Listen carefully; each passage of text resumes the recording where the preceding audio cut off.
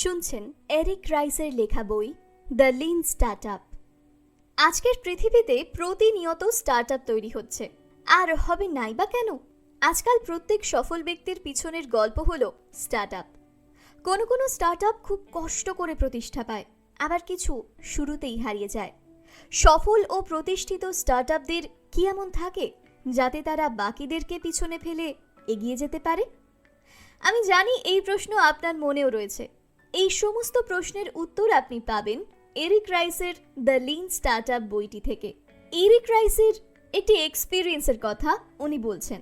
আপনি এই কথাগুলো আগে হয়তো কোনোদিন শোনেননি। কলেজের কিছু মেধাবী ছাত্ররা একদিন ভবিষ্যৎ নিয়ে চিন্তা করতে করতে তারুণ্যের সজীবতা আর নতুন প্রযুক্তিগত জ্ঞানের সাহায্যে একটা নতুন কোম্পানি বানিয়ে ফেলে। শুরুতেই সফলতা পেয়ে তারা ব্যয় করে, নতুন প্রজেক্টও বাজারে নিয়ে চলে আসে, কিন্তু আর এগোনো হয় না, থেমে যেতে হয়। 10 বছর আগের সেই ছেলেটি আসলে আমি। এখনো দিনটা মনে পড়ে যেদিন .com বাবল বন্ধ হয়ে যায়, যাতে আমাদের সব টাকা চলে গিয়েছিল। আমার কো-ফাউন্ডারের সাথে মতের অমিল আর রাগের বশে দুজনের রাস্তা দুদিকে বাঁক নেয়। শুধুমাত্র অভিজ্ঞতার অভাবে আমাদের সব হারাতে হয়েছিল। সেই ভয়ঙ্কর পরিস্থিতি বলে বোঝানো অসম্ভব। দীর্ঘ 10 বছর পর আমি উপলব্ধি করি যে উপাদান, স্থান, কালের ওপরই সব সাফল্য বা ব্যর্থতা নির্ভর করে না। শুরুর পদ্ধতিগুলো অনেক বেশি গুরুত্বপূর্ণ। এবার আরেকটা অন্য স্টার্টআপের গল্প বলি। কিছুজন তাদের প্রথম কোম্পানি চরমভাবে ব্যর্থ হওয়ার পর 2004 সালে একটা নতুন কোম্পানি বানায়। তারা দূরদর্শী চিন্তাভাবনায় মানুষের যোগাযোগ ব্যবস্থার ব্যাপক পরিবর্তন করতে নতুন একটা প্রযুক্তি নিয়ে আসে, যার নাম আভাতার। এটা একটা চ্যালেঞ্জের মতো, ভার্চুয়াল ওয়ার্ল্ড তৈরি, অনলাইন ব্যবসা, সর্বোপরি 3D প্রযুক্তি যা সবার পিসিতেই চলতে পারবে। আমি এই দ্বিতীয় গল্পটাতেও আছি। এই কোম্পানির সহ-প্রতিষ্ঠাতা আর চিফ টেকনোলজি অফিসার আমি, যাকে IMVU বলে। এই সময়টাতে আমরা ভুল ঠিক না বিচার করে শুধু কাজ করে গেছি আর সময়টাকে কাজে লাগিয়ে গেছি। তেমন কাস্টমারদেরও পেয়েছি যাদের চাহিদা মেটানোর পরিবর্তে এক্সপেরিমেন্ট করতে পেরেছি আমরা। অনেক ঐতিহ্যবাহী কোম্পানিগুলো ভেবেছিল এটা চলবে না, কিন্তু সবাইকে মিথ্যে প্রমাণ করে এই প্রযুক্তিটি বিশ্বব্যাপী উদ্যোক্তাদের নতুন আন্দোলনের মূল ভিত্তি হয়ে উঠেছিল। এটার গুরুত্ব বজায় রাখতে নতুন একটা পদ্ধতিও আনা হয়, যাকে লিন স্টার্টআপ বলে। আমি এমন একজন মানুষ যে সারা জীবন কম্পিউটার প্রোগ্রামিং করেই কাটিয়েছি। আমি কিছু প্রোডাক্টসের জন্য প্রচুর খেটেছি যেগুলো বাজারে ব্যর্থ হয়। প্রথমে টেকনিক্যাল প্রবলেম বলে মনে করলেও পরে যখন আরও ব্যর্থতা আসে তখন আমি আরও পড়াশুনো শুরু করি, এবং সৌভাগ্যক্রমে সেই সময় সিলিকন ভ্যালিতে কিছু শীর্ষস্থানীয়দের আমার মেন্টর হিসেবে পাই। আমার কো-ফাউন্ডাররাও নতুন এক্সপেরিমেন্ট করতে আগ্রহী ছিল। সাথে স্টিভ ব্ল্যাঙ্ককে আমাদের বিনিয়োগকারী আর পরামর্শদাতা হিসেবে পেয়েছিলাম। 2004 সালে স্টিভের মেথোডোলজি কাস্টমার ডেভেলপমেন্টে আমি উদ্যোক্তা হিসেবে একটা নিয়মিত কাজ পাই। ততদিনে কিছু অপ্রচলিত পদ্ধতি ব্যবহার করে IMVU-তে একটা পণ্য উন্নয়ন দল করে ফেলেছিলাম। দেখতেও পাচ্ছিলাম ওরা খাটছে, কিন্তু নতুন কর্মচারী, বিনিয়োগকারী বা অন্যান্য কোম্পানিগুলোকে বোঝাতে পারছিলাম না। হয়তো বোঝানোর মতো ভাষা আর নীতির অভাব ছিল। আমি বাইরেও এন্টারপ্রেনিয়রশিপের খোঁজ নিচ্ছিলাম, নিজের অভিজ্ঞতা বাড়ানোর জন্য। অন্যান্য শিল্প সম্পর্কে পড়াশুনো শুরু করলাম। লিন ম্যানুফ্যাকচারিং নিয়েও পড়াশুনো করেছি। তারপর দেখলাম লিন ম্যানুফ্যাকচারিংয়ের কিছু আইডিয়া কাজে লাগাতে পারছি। ধীরে ধীরে IMVU মারাত্মক সাফল্য পায়। 60 মিলিয়নের বেশি অবতার তৈরি হয়। বার্ষিক আয় $50 মিলিয়ন ছাড়িয়ে যায় 2011 সালে। ক্যালিফোর্নিয়ায় মাউন্টেন ভিউতে আমাদের অফিসে 100-র বেশি কর্মচারী আছে। IMVU এর সাফল্যের পর অন্যান্য কোম্পানির স্টার্টআপে আমার পরামর্শ নেওয়া হতে থাকে। ধীরে ধীরে আমি লেখা শুরু করি, কনফারেন্সে কথা বলা শুরু করি। অবশেষে এই লিন স্টার্টআপ বিশ্বব্যাপী আন্দোলন শুরু করে। উদ্যোক্তারা এটি প্রয়োগের জন্য সারা বিশ্বে 100-রও বেশি শহরে সম্প্রদায় গড়ে তুলেছে। কিন্তু আমার প্রধান লক্ষ্য হলো বিশ্বব্যাপী নতুন উদ্ভাবনী পণ্যের সাফল্যের হার উন্নত করা। তার ফলাফলই হলো এই বইটি। লিন স্টার্টআপ কোনো বড় কোম্পানি থেকে শুরু করে ক্ষুদ্র থেকে অতি ক্ষুদ্র ব্যবসার ক্ষেত্রেও প্রযোজ্য। লিন স্টার্টআপের প্রিন্সিপাল অ্যাপ্লাই করে আপনি বুঝতে পারবেন আসলে মানুষের চাহিদা কি। যদি আপনিও কোনো নতুন বিজনেস শুরু করতে চান এবং আপনার কাছে পর্যাপ্ত অর্থ না থাকে, তাহলে আপনাকে লিন স্টার্টআপের প্রিন্সিপালগুলো অ্যাপ্লাই করে নিজের স্টার্টআপ বা বিজনেস শুরু করা উচিত। এনরিক মনে করেন যে কোনো ব্যক্তি যদি লিন স্টার্টআপের প্রিন্সিপাল অ্যাপ্লাই করে তাহলে সে $1 মিলিয়ন কোম্পানি বানাতে পারে। নিজের স্টার্টআপের সময় তিনি সব রকম কাজ করেছিলেন যা যা একটা বিজনেস শুরু করতে প্রয়োজনীয়, কিন্তু সবথেকে বড় ভুল এনরিক করেছিল, আর যে কারণে তার স্টার্টআপ ব্যর্থ হয়ে যায়। আমাদের স্টার্টআপ মানুষের ইচ্ছার উপর নির্ভর করে। যদি আমরা মানুষের ইচ্ছা বা প্রয়োজন পূরণ করতে পারি আমাদের প্রোডাক্টের মাধ্যমে, তাহলেই মানুষের তা পছন্দ হবে এবং গ্রহণযোগ্য হয়ে উঠবে। আর আমাদের স্টার্টআপ আমাদের ইচ্ছানুযায়ী চলবে, কারণ আমরা আমাদের কাস্টমারের ইচ্ছানুসারে কাজ করছি। অন্যদিকে যদি আমরা আমাদের কাস্টমারের ওপর নিজেদের ইচ্ছা অনিচ্ছা চাপিয়ে দিই তাহলে কাস্টমার তৎক্ষণাৎ আমাদের প্রত্যাখ্যান করে, আর আমরা সব সঠিকভাবে করার পরও স্টার্টআপের অসফলতা আটকাতে পারি না। এখন প্রশ্ন হলো, দ্বিতীয়বার এনরিকের স্টার্টআপ কেন সফলতা পেল? এর উত্তর হলো, এনরিক এবার কোনো রকম প্রস্তুতি ছাড়াই তার স্টার্টআপটিকে মানুষের সামনে প্রকাশ করেছিলেন এবং মানুষের রিয়াকশন লক্ষ্য করছিলেন। মানুষ যখন রিয়াকশন দিতে শুরু করলো, এনরিক তার ভুলগুলি মেনে নিয়ে মানুষের দেওয়া সাজেশনসগুলি ইমপ্লিমেন্ট করতে শুরু করে, আর শেষমেশ তার স্টার্টআপ ইউজার ফ্রেন্ডলি হয়ে যায়, এনরিক ফ্রেন্ডলি নয়। এখন পূর্বে হওয়া ভুলগুলি থেকে শিক্ষা নিয়ে এনরিক বুঝতে পারে মানুষের বাস্তবে কি প্রয়োজন আর কোন জিনিসের জন্য মানুষ মনের মতো টাকা খরচা করতে পারে। এনরিক মানুষের সাজেশনসগুলো অ্যাপ্লাই করতে শুরু করে আর ফোর্স করে যে তারা তাদের অবতারগুলো বানানোর জন্য। এটা এমন একটা পন্থা ছিল যা এনরিক কোনো বড় ইনভেস্টমেন্ট ছাড়াই তার স্টার্টআপটিকে দাঁড় করিয়েছিল। লিন স্টার্টআপের মাধ্যমে আপনি আপনার প্রোডাক্টের প্রোডাক্টিভিটি যেমন বাড়াতে পারবেন, তেমনি এই প্রিন্সিপাল যে কোনো কাজের ক্রিয়েটিভিটিও বাড়াতে সাহায্য করে আর মানুষের কাছে ফেমাস হয়ে যায়। যখন আপনি লিন স্টার্টআপ প্রিন্সিপাল আপনার বিজনেসে অ্যাপ্লাই করেন তখন আপনার একটা স্পষ্ট ধারণা হয়ে যায় যে আপনার কোন প্রোডাক্ট আর কোন ফিচার্স মানুষের প্রয়োজন আর কোনটির প্রয়োজন নেই, যাতে আপনি একটা কার্যকর প্রোডাক্ট বানাতে পারেন। এইভাবে বানানো প্রোডাক্ট একটা পারফেক্ট প্রোডাক্ট হয়ে যায়, যাতে তার উৎপাদন কম খরচে হয় এবং প্রয়োজনীয় উৎপাদন সময় করা সম্ভব হয়। আর যখন এই বিষয়গুলি ফলো করা হয় তখন দেখতে দেখতে আপনার ছোট স্টার্টআপ বড় কোম্পানিতে বদলে যেতে শুরু করে, যাতে কোনো রকম কোনো খামতি থাকে না।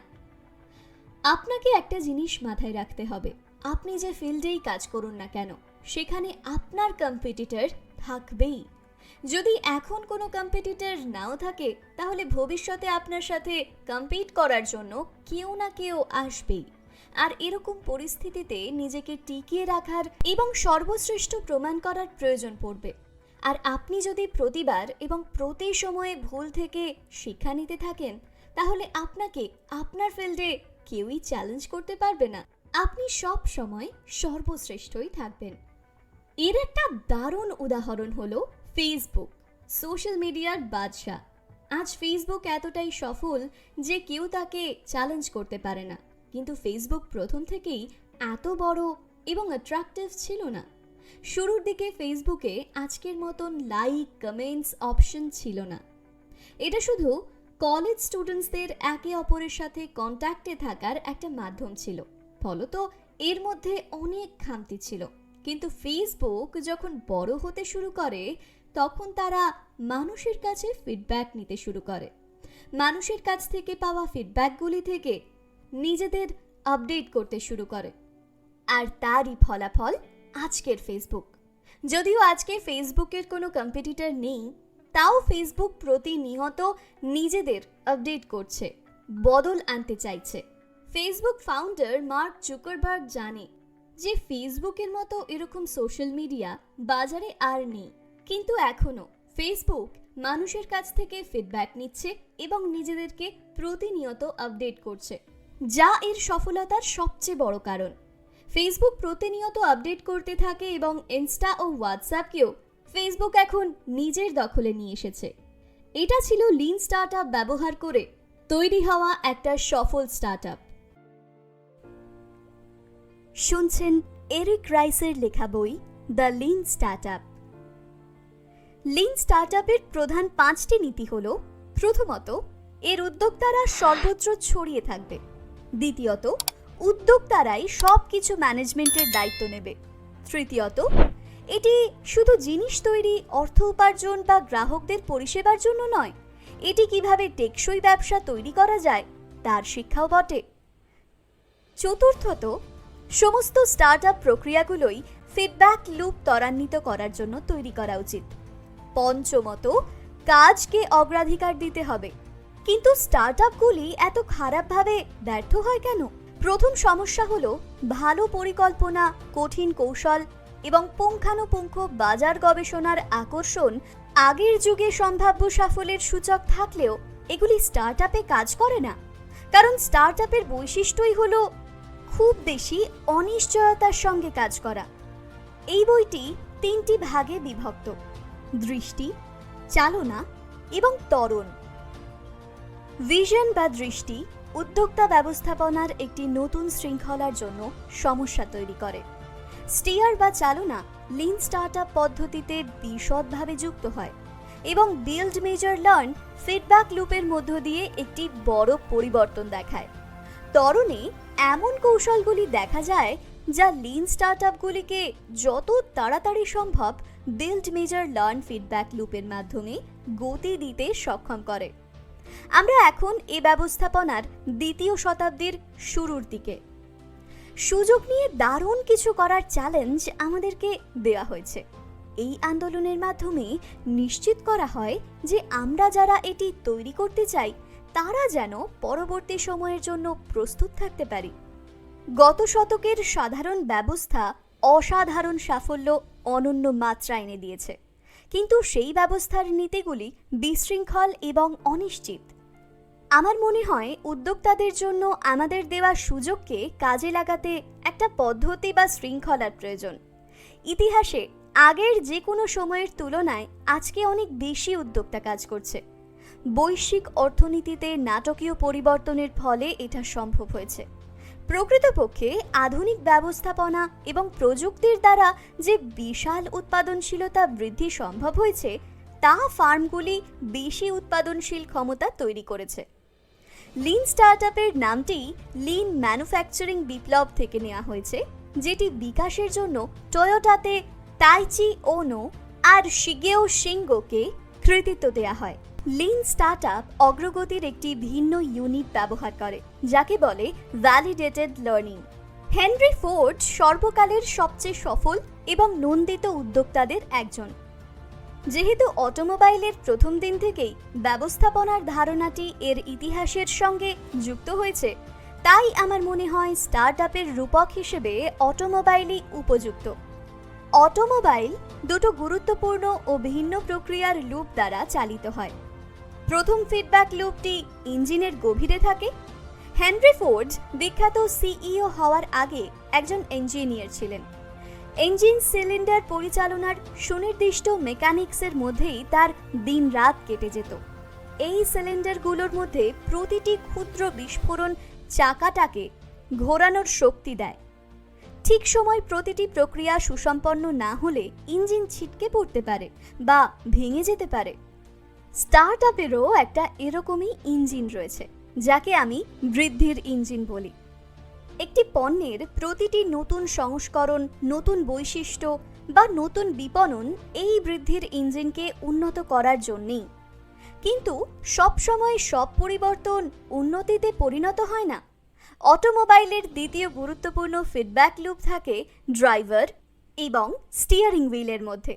এই প্রক্রিয়াটি এতই তাৎক্ষণিক এবং স্বয়ংক্রিয় যে আমরা প্রায়শই এর বিষয়ে চিন্তা করি না, কিন্তু কেউ খুব গভীরভাবে চিন্তা করলে দেখা যায় ড্রাইভিং এর কোরিওগ্রাফি অবিশ্বাস্য রকমের জটিল। যারা গাড়ি চালান তাদের যদি আপনার রোজকার পথেরই চোখ বন্ধ করে নকশা করতে বলা হয়, সেটা অসম্ভব বলে মনে হবে, কিন্তু রকেটের ক্ষেত্রে সেটাই করা হয়ে থাকে। তেমনি বেশিরভাগ স্টার্টআপের ক্ষেত্রে দেখা যায় গাড়ির বদলে রকেটের প্ল্যানিং করতে, ফলে সূক্ষ্ম ত্রুটি বিপর্যয় ডেকে আনে। এই লিন স্টার্টআপ পদ্ধতিটি আপনাকে কিভাবে একটা স্টার্টআপ চালাতে হবে শেখায়। অনেকগুলো অনুমানের ওপর ভিত্তি করে জটিল পরিকল্পনা তৈরির পরিবর্তে build measure learn feedback loop নামক স্টিয়ারিং হুইল দিয়ে ক্রমাগত সমন্বয় করা শেখায়। স্টিয়ারিং এর এই প্রক্রিয়ার মাধ্যমে আমরা কখন তীব্র বাঁক নিতে হবে শিখি। গাড়ি চালানোর সময় আপনি আপনার গন্তব্যে পৌঁছানোর ব্যাপারে দৃঢ় মনস্ক থাকেন, তেমনি স্টার্টআপের একটা গন্তব্য আছে, একটি সমৃদ্ধ এবং বিশ্ব পরিবর্তনকারী ব্যবসা তৈরি করা। তার জন্য স্ট্র্যাটেজি থাকে, আর প্রোডাক্টসই হলো এই স্ট্র্যাটেজির ফল। অপটিমাইজেশনের মাধ্যমে পণ্য ক্রমাগত পরিবর্তিত হয়ে থাকে। আমি তাকে ইঞ্জিন টিউনিং বলি। কম ঘন ঘন পরিবর্তিত হলে তাকে পাইভট বলে। বাস্তব জীবনে স্টার্টআপ হলো কার্যকলাপের পোর্টফোলিও। উদ্যোক্তার চ্যালেঞ্জ হলো এই সমস্ত কার্যকলাপের ভারসাম্য বজায় রাখা। কোম্পানি বৃদ্ধির সাথে সাথে পোর্টফোলিওতে এই কার্যকলাপের মিশ্রণ পরিবর্তন হতে থাকে। আমি যখন লিন স্টার্টআপ সম্পর্কে কথা বলে বিশ্ব ভ্রমণ করছি, আমি অবাক হয়েছি কিছু মানুষের সাথে দেখা করে। এরা বেশিরভাগই বড় বড় কোম্পানির ম্যানেজার। এরা সাংগঠনিক রাজনীতিতে পারদর্শী এবং কিভাবে আলাদা লাভ ক্ষতির বিবৃতি দিয়ে স্বায়ত্তশাসিত বিভাগ গঠন করতে হয় বা কর্পোরেট হস্তক্ষেপ থেকে দলকে রক্ষা করতে পারে তা খুব ভালোই জানে। উদাহরণস্বরূপ, মার্ক একটি বড় কোম্পানির একজন ম্যানেজার, যে আমার এক বক্তৃতায় আসে।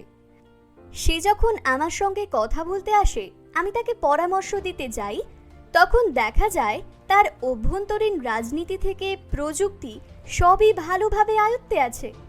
শুধু যেটা ছিল না সেটা হলো উদ্ভাবনের কাঁচামালকে বাস্তব বিশ্বে যুগান্তকারী সাফল্যে রূপান্তরিত করার প্রক্রিয়া। যে সকল উদ্যোক্তারা একটি প্রতিষ্ঠানের অভ্যন্তরে কাজ করেন তাদের মাঝে মাঝে এন্টারপ্রেনিয়র্স বলা হয়। আমি বিশ্বাস করি যে উদ্যোক্তাদের কিছু নির্দিষ্ট গোষ্ঠীর সাথে এন্টারপ্রেনিয়র্সদের অনেক বেশি মিল আছে। আর এখানে উদ্যোক্তা বলতে কোম্পানির আকার, সেক্টর নির্বিশেষে পুরো স্টার্টআপ ইকোসিস্টেমকেই বোঝানো হয়েছে। এই বইটি সমস্ত উদ্যোক্তাদের জন্যই। অল্প ব্যাংকিং কিন্তু দুর্দান্ত ধারণা সহ তরুণ স্বপ্নদর্শী থেকে শুরু করে মার্কের মতো বড় কোম্পানির অভিজ্ঞ স্বপ্নদর্শী এবং যারা দায়বদ্ধ, সবার জন্য। একজন উদ্যোক্তা হিসেবে আমার কোম্পানি একটি সফল ব্যবসা তৈরির দিকে এগোচ্ছে কিনা এই প্রশ্ন ছাড়া আর কিছুই আমাকে জর্জরিত করেনি। আশা করি আমার দলের প্রচেষ্টা আমাদের লক্ষ্যের কাছাকাছি নিয়ে গেছে।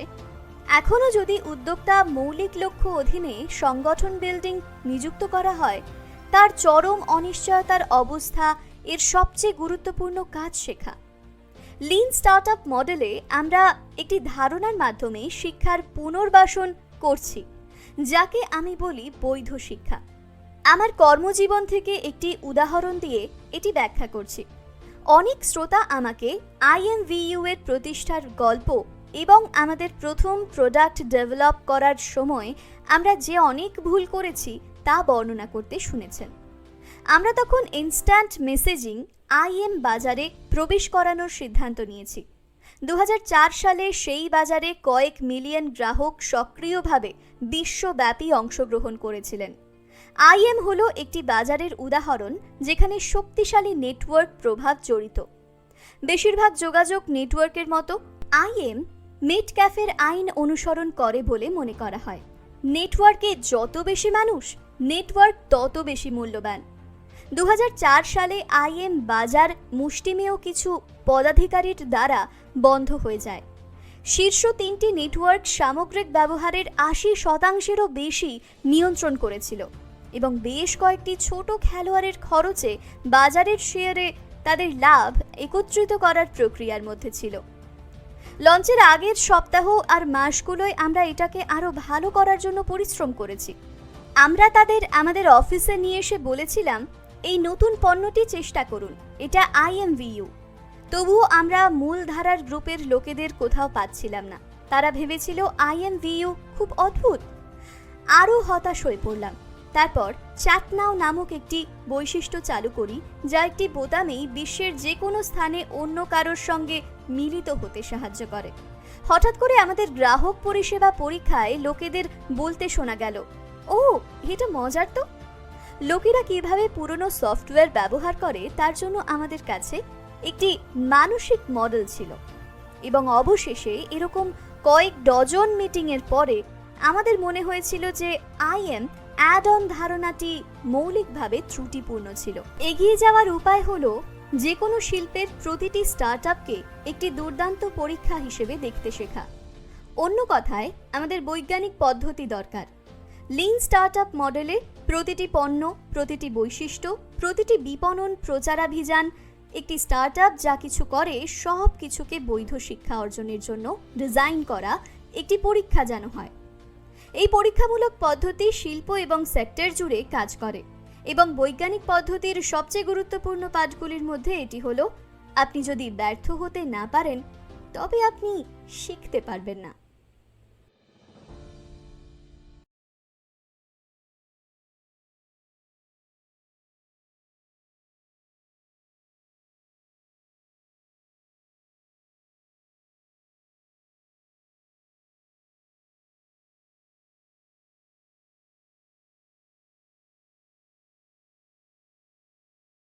এরিক রাইস তার অনুভব ও অভিজ্ঞতার আধারে দ্য লিন স্টার্টআপ বইটি লিখেছিলেন। এই বই সবাইকে একজন ব্যবসায়ী হওয়ার রাস্তা দেখায়। এই বইয়ের মধ্যে এমন ধরনের নলেজ আছে যার মাধ্যমে যে কোনো ব্যক্তি যে কোনো প্রোডাক্ট নিয়ে একটা বড় কোম্পানি গঠন করতে পারে।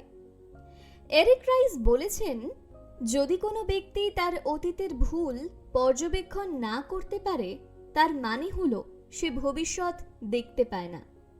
এর উদাহরণ হিসেবে MX প্লেয়ারের কথা বলতে পারি, যে প্রতিনিয়ত নিজেদের আপডেট করে আজ MX প্লেয়ারের OTT প্ল্যাটফর্ম রয়েছে, আর তারা তাদের প্রিমিয়াম ভার্সনও লঞ্চ করেছে। আজকের এই এপিসোডে আমরা ইনোভেশন অ্যাকাউন্টিং সম্পর্কে জানব।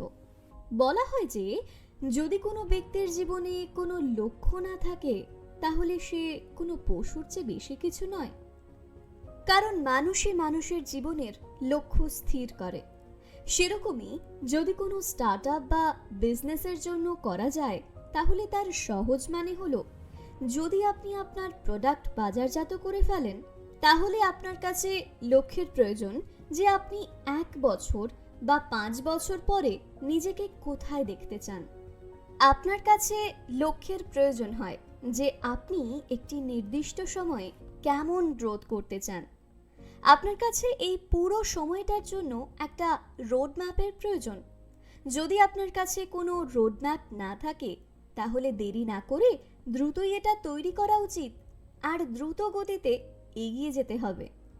যদি আপনি এটা না করে থাকেন তাহলে এরকম হতে পারে যে এখন হয়তো বাজারে আপনার চাহিদা আছে, কিন্তু এটা সত্যি যে ভবিষ্যতে আপনি হঠাৎ করেই মার্কেট থেকে হারিয়ে যেতে পারেন। লিন স্টার্টআপের অন্যান্য বিষয়গুলির মতোই ইনোভেশন অ্যাকাউন্টিং অত্যন্ত গুরুত্বপূর্ণ, আর তাই এই বিষয়টি বোঝাতে এরকমভাবে বলা যেতে পারে যে নিজের অস্তিত্ব আপনার মার্কেটে সবসময় বজায় রাখার জন্য আপনার কাছে ভবিষ্যতের লক্ষ্য হওয়া উচিত। লিন স্টার্টআপের মূল বিষয় হলো নিজের প্রোডাক্ট এবং কাস্টমারের সম্পর্কে যত বেশি জানা যায়। ইনোভেশন অ্যাকাউন্টিং আপনাকে ভবিষ্যতের লক্ষ্য নির্ধারণ করতে সাহায্য করে। লক্ষ্য নির্ধারণের জন্য ইনোভেশন অ্যাকাউন্টিং 3 প্রকারভাবে কাজ করে। প্রথমত, আপনাকে রাস্তা দেখায়। এই বইয়ের মধ্যে এমন ধরনের নলেজ আছে যার মাধ্যমে যে কোনো ব্যক্তি যে কোনো প্রোডাক্ট নিয়ে একটা বড় কোম্পানি গঠন করতে পারে। এরিক রাইস বলেছেন, যদি কোনো ব্যক্তি তার অতীতের ভুল পর্যবেক্ষণ না করতে পারে তার মানে হলো সে ভবিষ্যৎ দেখতে পায় না। এর উদাহরণ হিসেবে এমএক্স প্লেয়ারের কথা বলতে পারি, যে প্রতিনিয়ত নিজেদের আপডেট করে আজ এমএক্স প্লেয়ারের ওটিটি প্ল্যাটফর্ম রয়েছে, আর তারা তাদের প্রিমিয়াম ভার্সনও লঞ্চ করেছে। আজকের এই এপিসোডে আমরা ইনোভেশন অ্যাকাউন্টিং সম্পর্কে জানব।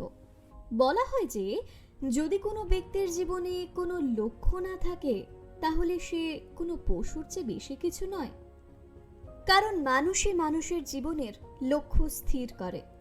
সেরকমই যদি কোনো স্টার্টআপ বা বিজনেসের জন্য করা যায় তাহলে তার সহজ মানে হলো, যদি আপনি আপনার প্রোডাক্ট বাজারজাত করে ফেলেন তাহলে আপনার কাছে লক্ষ্যের প্রয়োজন যে আপনি 1 বছর বা 5 বছর পরে নিজেকে কোথায় দেখতে চান। আপনার কাছে লক্ষ্যের প্রয়োজন হয় যে আপনি একটি নির্দিষ্ট সময়ে কেমন গ্রোথ করতে চান। আপনার কাছে এই পুরো সময়টার জন্য একটা রোড ম্যাপের প্রয়োজন। যদি আপনার কাছে কোনো রোড ম্যাপ না থাকে তাহলে দেরি না করে দ্রুতই এটা তৈরি করা উচিত আর দ্রুত গতিতে এগিয়ে যেতে হবে। যদি আপনি এটা না করে থাকেন তাহলে এরকম হতে পারে যে এখন হয়তো বাজারে আপনার চাহিদা আছে, কিন্তু এটা সত্যি যে ভবিষ্যতে আপনি হঠাৎ করেই মার্কেট থেকে হারিয়ে যেতে পারেন। লিন স্টার্টআপের অন্যান্য বিষয়গুলির মতোই ইনোভেশন অ্যাকাউন্টিং অত্যন্ত গুরুত্বপূর্ণ, আর তাই এই বিষয়টি বোঝাতে এরকমভাবে বলা যেতে পারে যে নিজের অস্তিত্ব আপনার মার্কেটে সবসময় বজায় রাখার জন্য আপনার কাছে ভবিষ্যতের লক্ষ্য হওয়া উচিত। লিন স্টার্টআপের মূল বিষয় হলো নিজের প্রোডাক্ট এবং কাস্টমারের সম্পর্কে যত বেশি জানা যায়। ইনোভেশন অ্যাকাউন্টিং আপনাকে ভবিষ্যতের লক্ষ্য নির্ধারণ করতে সাহায্য করে। লক্ষ্য নির্ধারণের জন্য ইনোভেশন অ্যাকাউন্টিং 3 প্রকারভাবে কাজ করে। প্রথমত, আপনাকে শুধু আপনার প্রোডাক্ট অ্যাক্টিভিটির ওপরেই নজর রাখতে হয় না, তার সঙ্গে আপনাকে আপনার কাস্টমারের অ্যাক্টিভিটির ওপরও নজর রাখতে হয়। এখানে আপনাকে কাস্টমারের প্রয়োজনগুলিও বুঝতে হবে আর আপনার প্রোডাক্টটি কাস্টমারের প্রয়োজন অনুযায়ী বানাতেও হবে। এটার জন্য নিজেই নিজেকে 4টে প্রশ্ন করুন। আপনার কাস্টমার আপনার বিষয়ে 1 সপ্তাহে কতবার চর্চা করে থাকে? আপনাকে এই বিষয়ে নজর রাখতে হবে যে আপনার প্রোডাক্টের চর্চা প্রতি সপ্তাহে কতজন লোকের মধ্যে হচ্ছে। যদি আপনি আপনার প্রোডাক্ট লঞ্চ করে ফেলেন তাহলে আপনাকে আপনার কাস্টমারের কাছ থেকে ফিডব্যাক নিতে হবে, আর এটা দেখতে হবে যে 1 সপ্তাহে আপনার প্রোডাক্টের জন্য কতগুলি ফিডব্যাক এলো। 3, যখন আপনি আপনার প্রোডাক্ট এমভিপি প্রিন্সিপাল অ্যাপ্লাই করে লঞ্চ করছেন তখন আপনার কাস্টমারের সব প্রয়োজন পূরণ করতে পারে এমন ফিচার্স থাকে। এই পর্যায়ে পৌঁছানোর পরে আপনাকে এই বিষয়ে চিন্তা করতে হবে যে আপনার প্রোডাক্ট ট্রাই করার কনভার্সন রেট কত। যদি এটা আপনার ধারণার থেকে বেশি হয় তাহলে আপনাকে অভিনন্দন, আপনি সঠিক দিকে এগোচ্ছেন আর সঠিক প্রোডাক্ট নিয়ে মার্কেটে নেমেছেন। 4, যদি আপনি এই পর্যন্ত সহজেই সব প্রশ্নের উত্তর পান তাহলে আপনার স্টার্টআপের সর্বশেষ গুরুত্বপূর্ণ সময় এসেছে। আপনার প্রোডাক্ট ট্রাই করার পরে কতজন মানুষ আপনার প্রোডাক্ট এখনই কিনতে চাইছেন আর কতজন আপনার প্রোডাক্ট আপডেট করা হলে তারপর কিনতে চাইছেন। এই সব প্রশ্নের উত্তর আপনাকে আপনার প্রোডাক্টের উন্নতি করতে সাহায্য করে। এই প্রশ্নের উত্তর আপনাকে বুঝতে সাহায্য করবে যে আপনার কাস্টমারের প্রয়োজন অনুসারে আপনাকে কোন জিনিসটি অ্যাড অন করতে হবে আর কোনটি বাতিল করতে হবে। এটাই হলো ইনোভেশন অ্যাকাউন্টিং এর উদ্দেশ্য, যে প্রোডাক্ট ইউজার ফ্রেন্ডলি বানানোর জন্য ভবিষ্যতের লক্ষ্য স্থির করা। ইনোভেশন অ্যাকাউন্টিং এর দ্বিতীয় পর্যায়ে এরিক রাইস বলেছেন যে আপনি এমন একটি বাজারে আপনার প্রোডাক্ট প্রকাশ করছেন যেটার সম্পর্কে আপনি কিছুই জানেন না। আপনি জানেন না মানুষ আপনার প্রোডাক্ট পছন্দ করবে নাকি করবে না। এখন আপনি নিশ্চিত হতে পারেন না যে আপনার প্রোডাক্টের সাথে কি হবে। তাও আপনি যদি মার্কেটে আপনার প্রোডাক্টের আত্মপ্রকাশ করেন তবে এটা হলো বিশ্বাস। আপনার প্রোডাক্ট বাজারে বিশ্বাস অর্জন করতে পারছে নাকি পারছে না এই বিষয়টি টেস্ট করার জন্য আপনাকে এই বিষয়টিকে দুটি ভাগে ভাগ করতে হবে। প্রথম ভাগকে এরিক রাইস ভ্যালিউ মেট্রিক নাম দিয়েছেন। আর এই বিষয়ে উনি বলেছেন যে আপনি যখন প্রোডাক্ট বাজারে আনেন, তারপর আপনাকে এটা দেখতে হবে যে কতজন আপনার প্রোডাক্ট বারবার কিনছেন, কতজন আপনার প্রোডাক্টের ন্যায্য মূল্য দিতে রাজি, কতজন এমন আছে যারা আপনার প্রোডাক্টের প্রিমিয়াম রেঞ্জও কিনতে ইচ্ছা রাখে। অন্যদিকে আপনাকে এটাও দেখতে হবে যে কতজন আপনার প্রোডাক্ট একে অপরকে রেফার করেন, কতজন আপনার প্রোডাক্ট অন্যজনের কাছে পৌঁছে দিচ্ছে। এর দ্বিতীয় ভাগটিকে এরিক রাইস গ্রোথ মেট্রিক নাম দিয়েছেন, যা হলো কিছুটা এরকম। আপনার প্রোডাক্টের গ্রোথ রেট কি তা মেজার করার জন্য Eric Ries the lean startup বইটিতে কিছু পয়েন্টস বলেছেন। প্রথম পয়েন্ট, এরিক রাইস বলেছেন যে যদি মানুষ একে অপরের সাথে আপনার প্রোডাক্টের কথা বলছেন, শেয়ার করছেন, তাহলে আপনার প্রোডাক্ট গ্রোথের দিকে এগোচ্ছে। দ্বিতীয় পয়েন্টে উনি বলেন যদি আপনার প্রোডাক্টের নর্মাল ইউজের পরে প্রোডাক্টের কোনো সাইড এফেক্টস হয়ে যায় আর তারপরেও মানুষ আপনার প্রোডাক্ট ভার্বালি রেফার করে, তাহলে আপনাকে অভিনন্দন, আপনার কোম্পানি গ্রোথের দিকে এগোচ্ছে। যদি আপনার ভ্যালু পয়েন্ট ও গ্রোথ পয়েন্ট দুটো দারুণ পারফরমেন্স করছে, তাহলে আপনার প্রোডাক্ট মার্কেটে ফিট করছে আর আপনার এই প্রোডাক্ট মার্কেটের সবচেয়ে সফল প্রোডাক্ট হতে চলেছে। লিন স্টার্টআপের ইনোভেশন অ্যাকাউন্টিং বিল্ড মেজার লিনের ওপর কাজ করে। যেমন যেমন আপনি এই প্রসেস ফলো করতে থাকেন, তেমন তেমন আপনার কাছে অনেক ডেটা সংগ্রহ হতে থাকে আর আপনার প্রোডাক্ট শার্প হতে থাকে। এই ডেটা আপনার ব্যবসার উড়ান হতে পারে আর আপনার ভাবনারও বাইরে পৌঁছে দিতে পারে।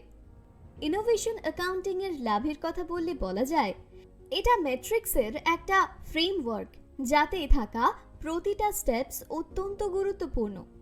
এটা 3টি স্টেপসের একটি গ্রুপ, আর এই গ্রুপের প্রথম স্টেপসই আপনাকে এটা বলে দেয় যে আপনার প্রোডাক্ট এবং আপনি আপনার গ্রাহকদের সঙ্গে কতটা এবং কিভাবে জুড়ে আছেন।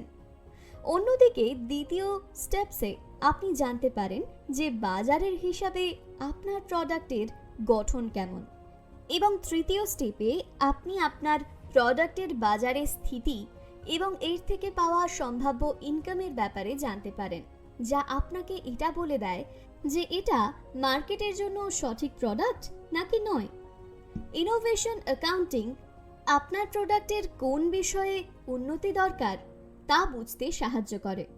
ইনোভেশন অ্যাকাউন্টিং এর থেকে পাওয়া ডেটা থেকে আপনি আপনার প্রোডাক্টকে বাজারের প্রয়োজন অনুযায়ী সাজাতে পারেন আর এটাকে ইউজার ফ্রেন্ডলি বানাতে পারেন। দ্য লিন স্টার্টআপের ইনোভেশন অ্যাকাউন্টিং প্রিন্সিপাল আপনাকে একটি মজবুত টিম বানানোর প্রেরণা দেয়, যাতে আপনি আপনার কাস্টমারের সমস্ত প্রবলেমকে দ্রুতই সলভ করতে পারেন।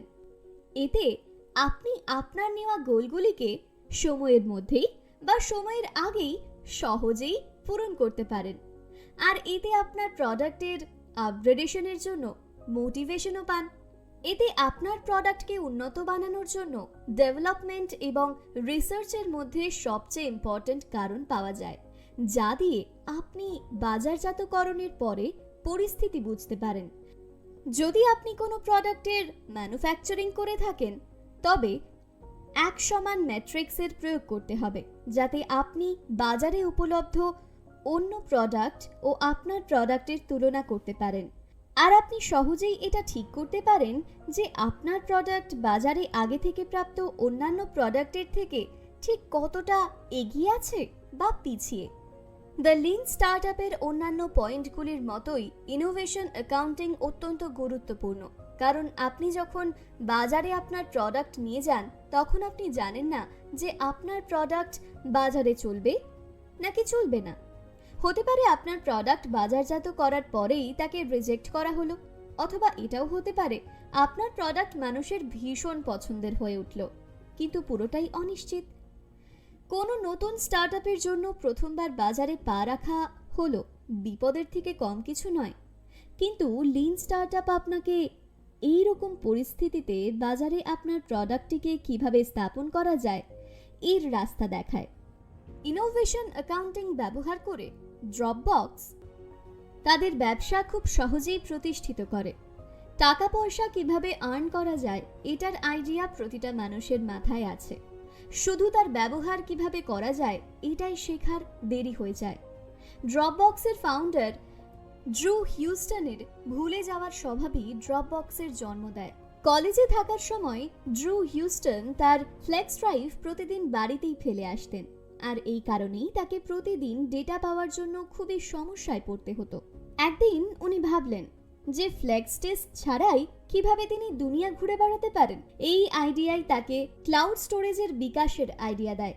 এটার সাহায্যেই ড্রু হিউস্টন প্রতিনিয়ত ড্রপবক্সের আপগ্রেডেশন করতে থাকে, আর যখন এটা পুরোপুরিভাবে ইউজার ফ্রেন্ডলি হয়ে ওঠে তখন ড্রু হিউস্টন ফ্রিতে ড্রপবক্সে রাখা ডকুমেন্টসের সুবিধা লিমিটেড করে দেয়।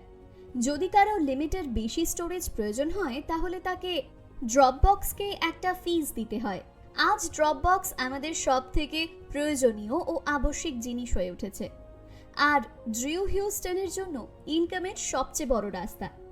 আসলে যদি নতুন কিছু করার এবং অর্থ উপার্জনের ইচ্ছে থাকে তাহলে আপনাকে কেউ আটকাতে পারে না। ইনোভেশন অ্যাকাউন্টিং কি সত্যি কাজ করে?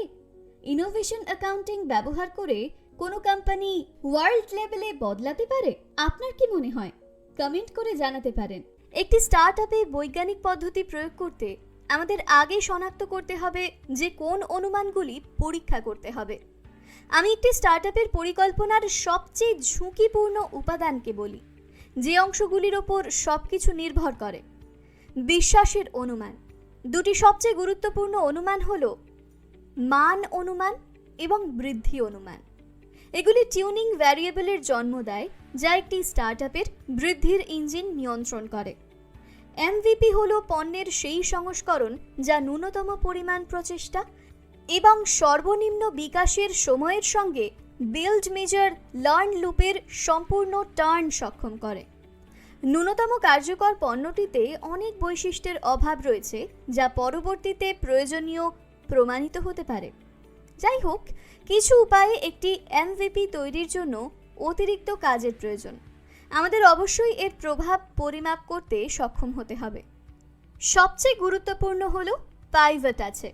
বিল্ড মেজার লার্ন লুপটি সম্পূর্ণ করার পরে আমরা যে কোনো উদ্যোক্তার মুখোমুখি সবচেয়ে কঠিন প্রশ্নের মুখোমুখি হব। এই মূল কৌশলটি পাইভট করা বা অধ্যাবসায় করার ব্যাপারে। 2004 সালে 3 জন কলেজ সোফোমোর তাদের নতুন কলেজ সামাজিক নেটওয়ার্ক নিয়ে সিলিকন ভ্যালিতে এসেছিলেন। এটি কয়েকটি কলেজ ক্যাম্পাসে লাইভ ছিল। এটি বাজার নেতৃস্থানীয় সামাজিক নেটওয়ার্ক, এমনকি প্রথম কলেজ সামাজিক নেটওয়ার্ক ছিল না। অন্যান্য কোম্পানিগুলি শীঘ্রই এবং আরও বৈশিষ্ট্য সহ লঞ্চ করেছিল। 1,50,000 নিবন্ধিত ব্যবহারকারীদের সাথে এটি খুব কম আয় করেছিল। তবুও সেই গ্রীষ্মে তারা তাদের প্রথম $500,000 উদ্যোগের মূলধন সংগ্রহ করেছিল। 1 বছরেরও কম সময় পরে তারা অতিরিক্ত $12.7 মিলিয়ন সংগ্রহ করেছে। অবশ্যই এতক্ষণে আপনি অনুমান করেছেন যে এই 3টি কলেজ সোফোমোর ছিলেন মার্ক জুকারবার্গ, ডাস্টিন মস্কোভিটস এবং ফেসবুকের ক্রিস হিউজ। তাদের গল্প এখন বিশ্ববিখ্যাত। এটি সম্পর্কে অনেক কিছু উল্লেখযোগ্য, কিন্তু আমি শুধুমাত্র একটিতে ফোকাস করতে চাই। ফেসবুক কিভাবে এত অর্থ সংগ্রহ করতে সক্ষম হয়েছিল যখন এর প্রকৃত ব্যবহার এত কম ছিল?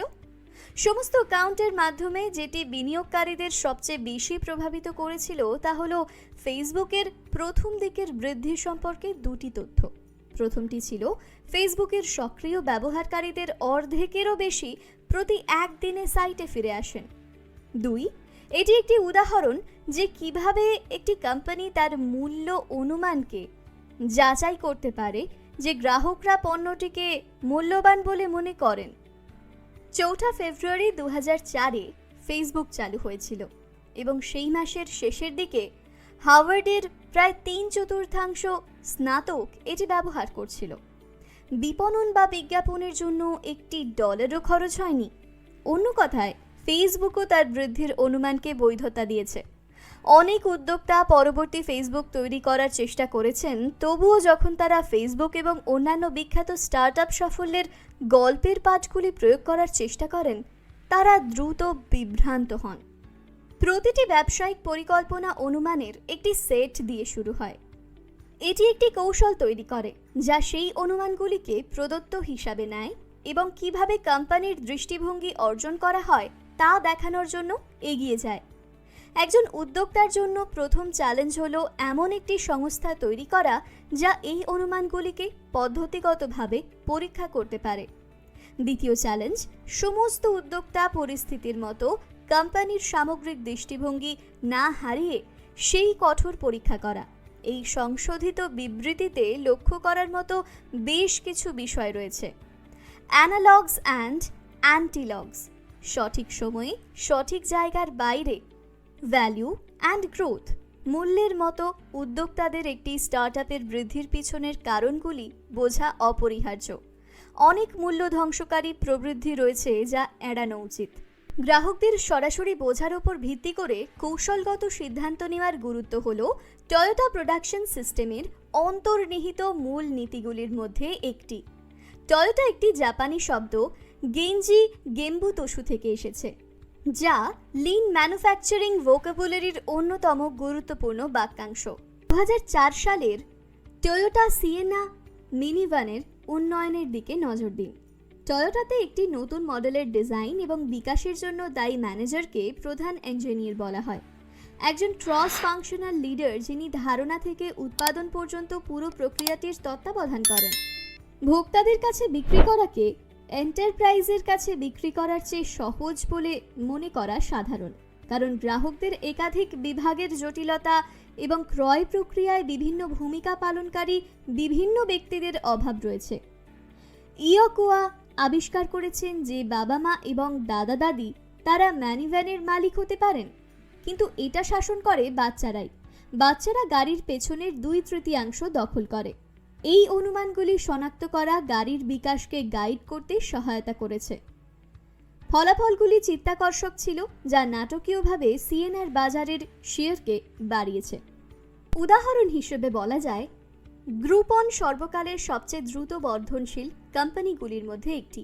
এর নাম গ্রুপ কুপন থেকে এসেছে, একটি বুদ্ধিমান ধারণা যা সামাজিক বাণিজ্য অনুকরণকারীদের একটি সম্পূর্ণ শিল্পের জন্ম দিয়েছে। তবে এটি সফলভাবে শুরু হয়নি। হাতে বানানো পিডিএফ, একটি পিৎজা কুপন এবং একটি সাধারণ ব্লগ গ্রুপনকে রেকর্ড ব্রেকিং সাফল্যে লঞ্চ করার জন্য যথেষ্ট ছিল। এটি বিশ্বব্যাপী 375টিরও বেশি শহরে কাস্টমারদের জন্য বিশেষ ডিল অফার করে স্থানীয় ব্যবসার নতুন গ্রাহকদের খুঁজে পাওয়ার পদ্ধতিতে বিপ্লব ঘটিয়েছে। একটি ন্যূনতম কার্যকর পণ্য এমভিপি উদ্যোক্তাদের যত তাড়াতাড়ি সম্ভব শেখার প্রক্রিয়া শুরু করতে সাহায্য করে।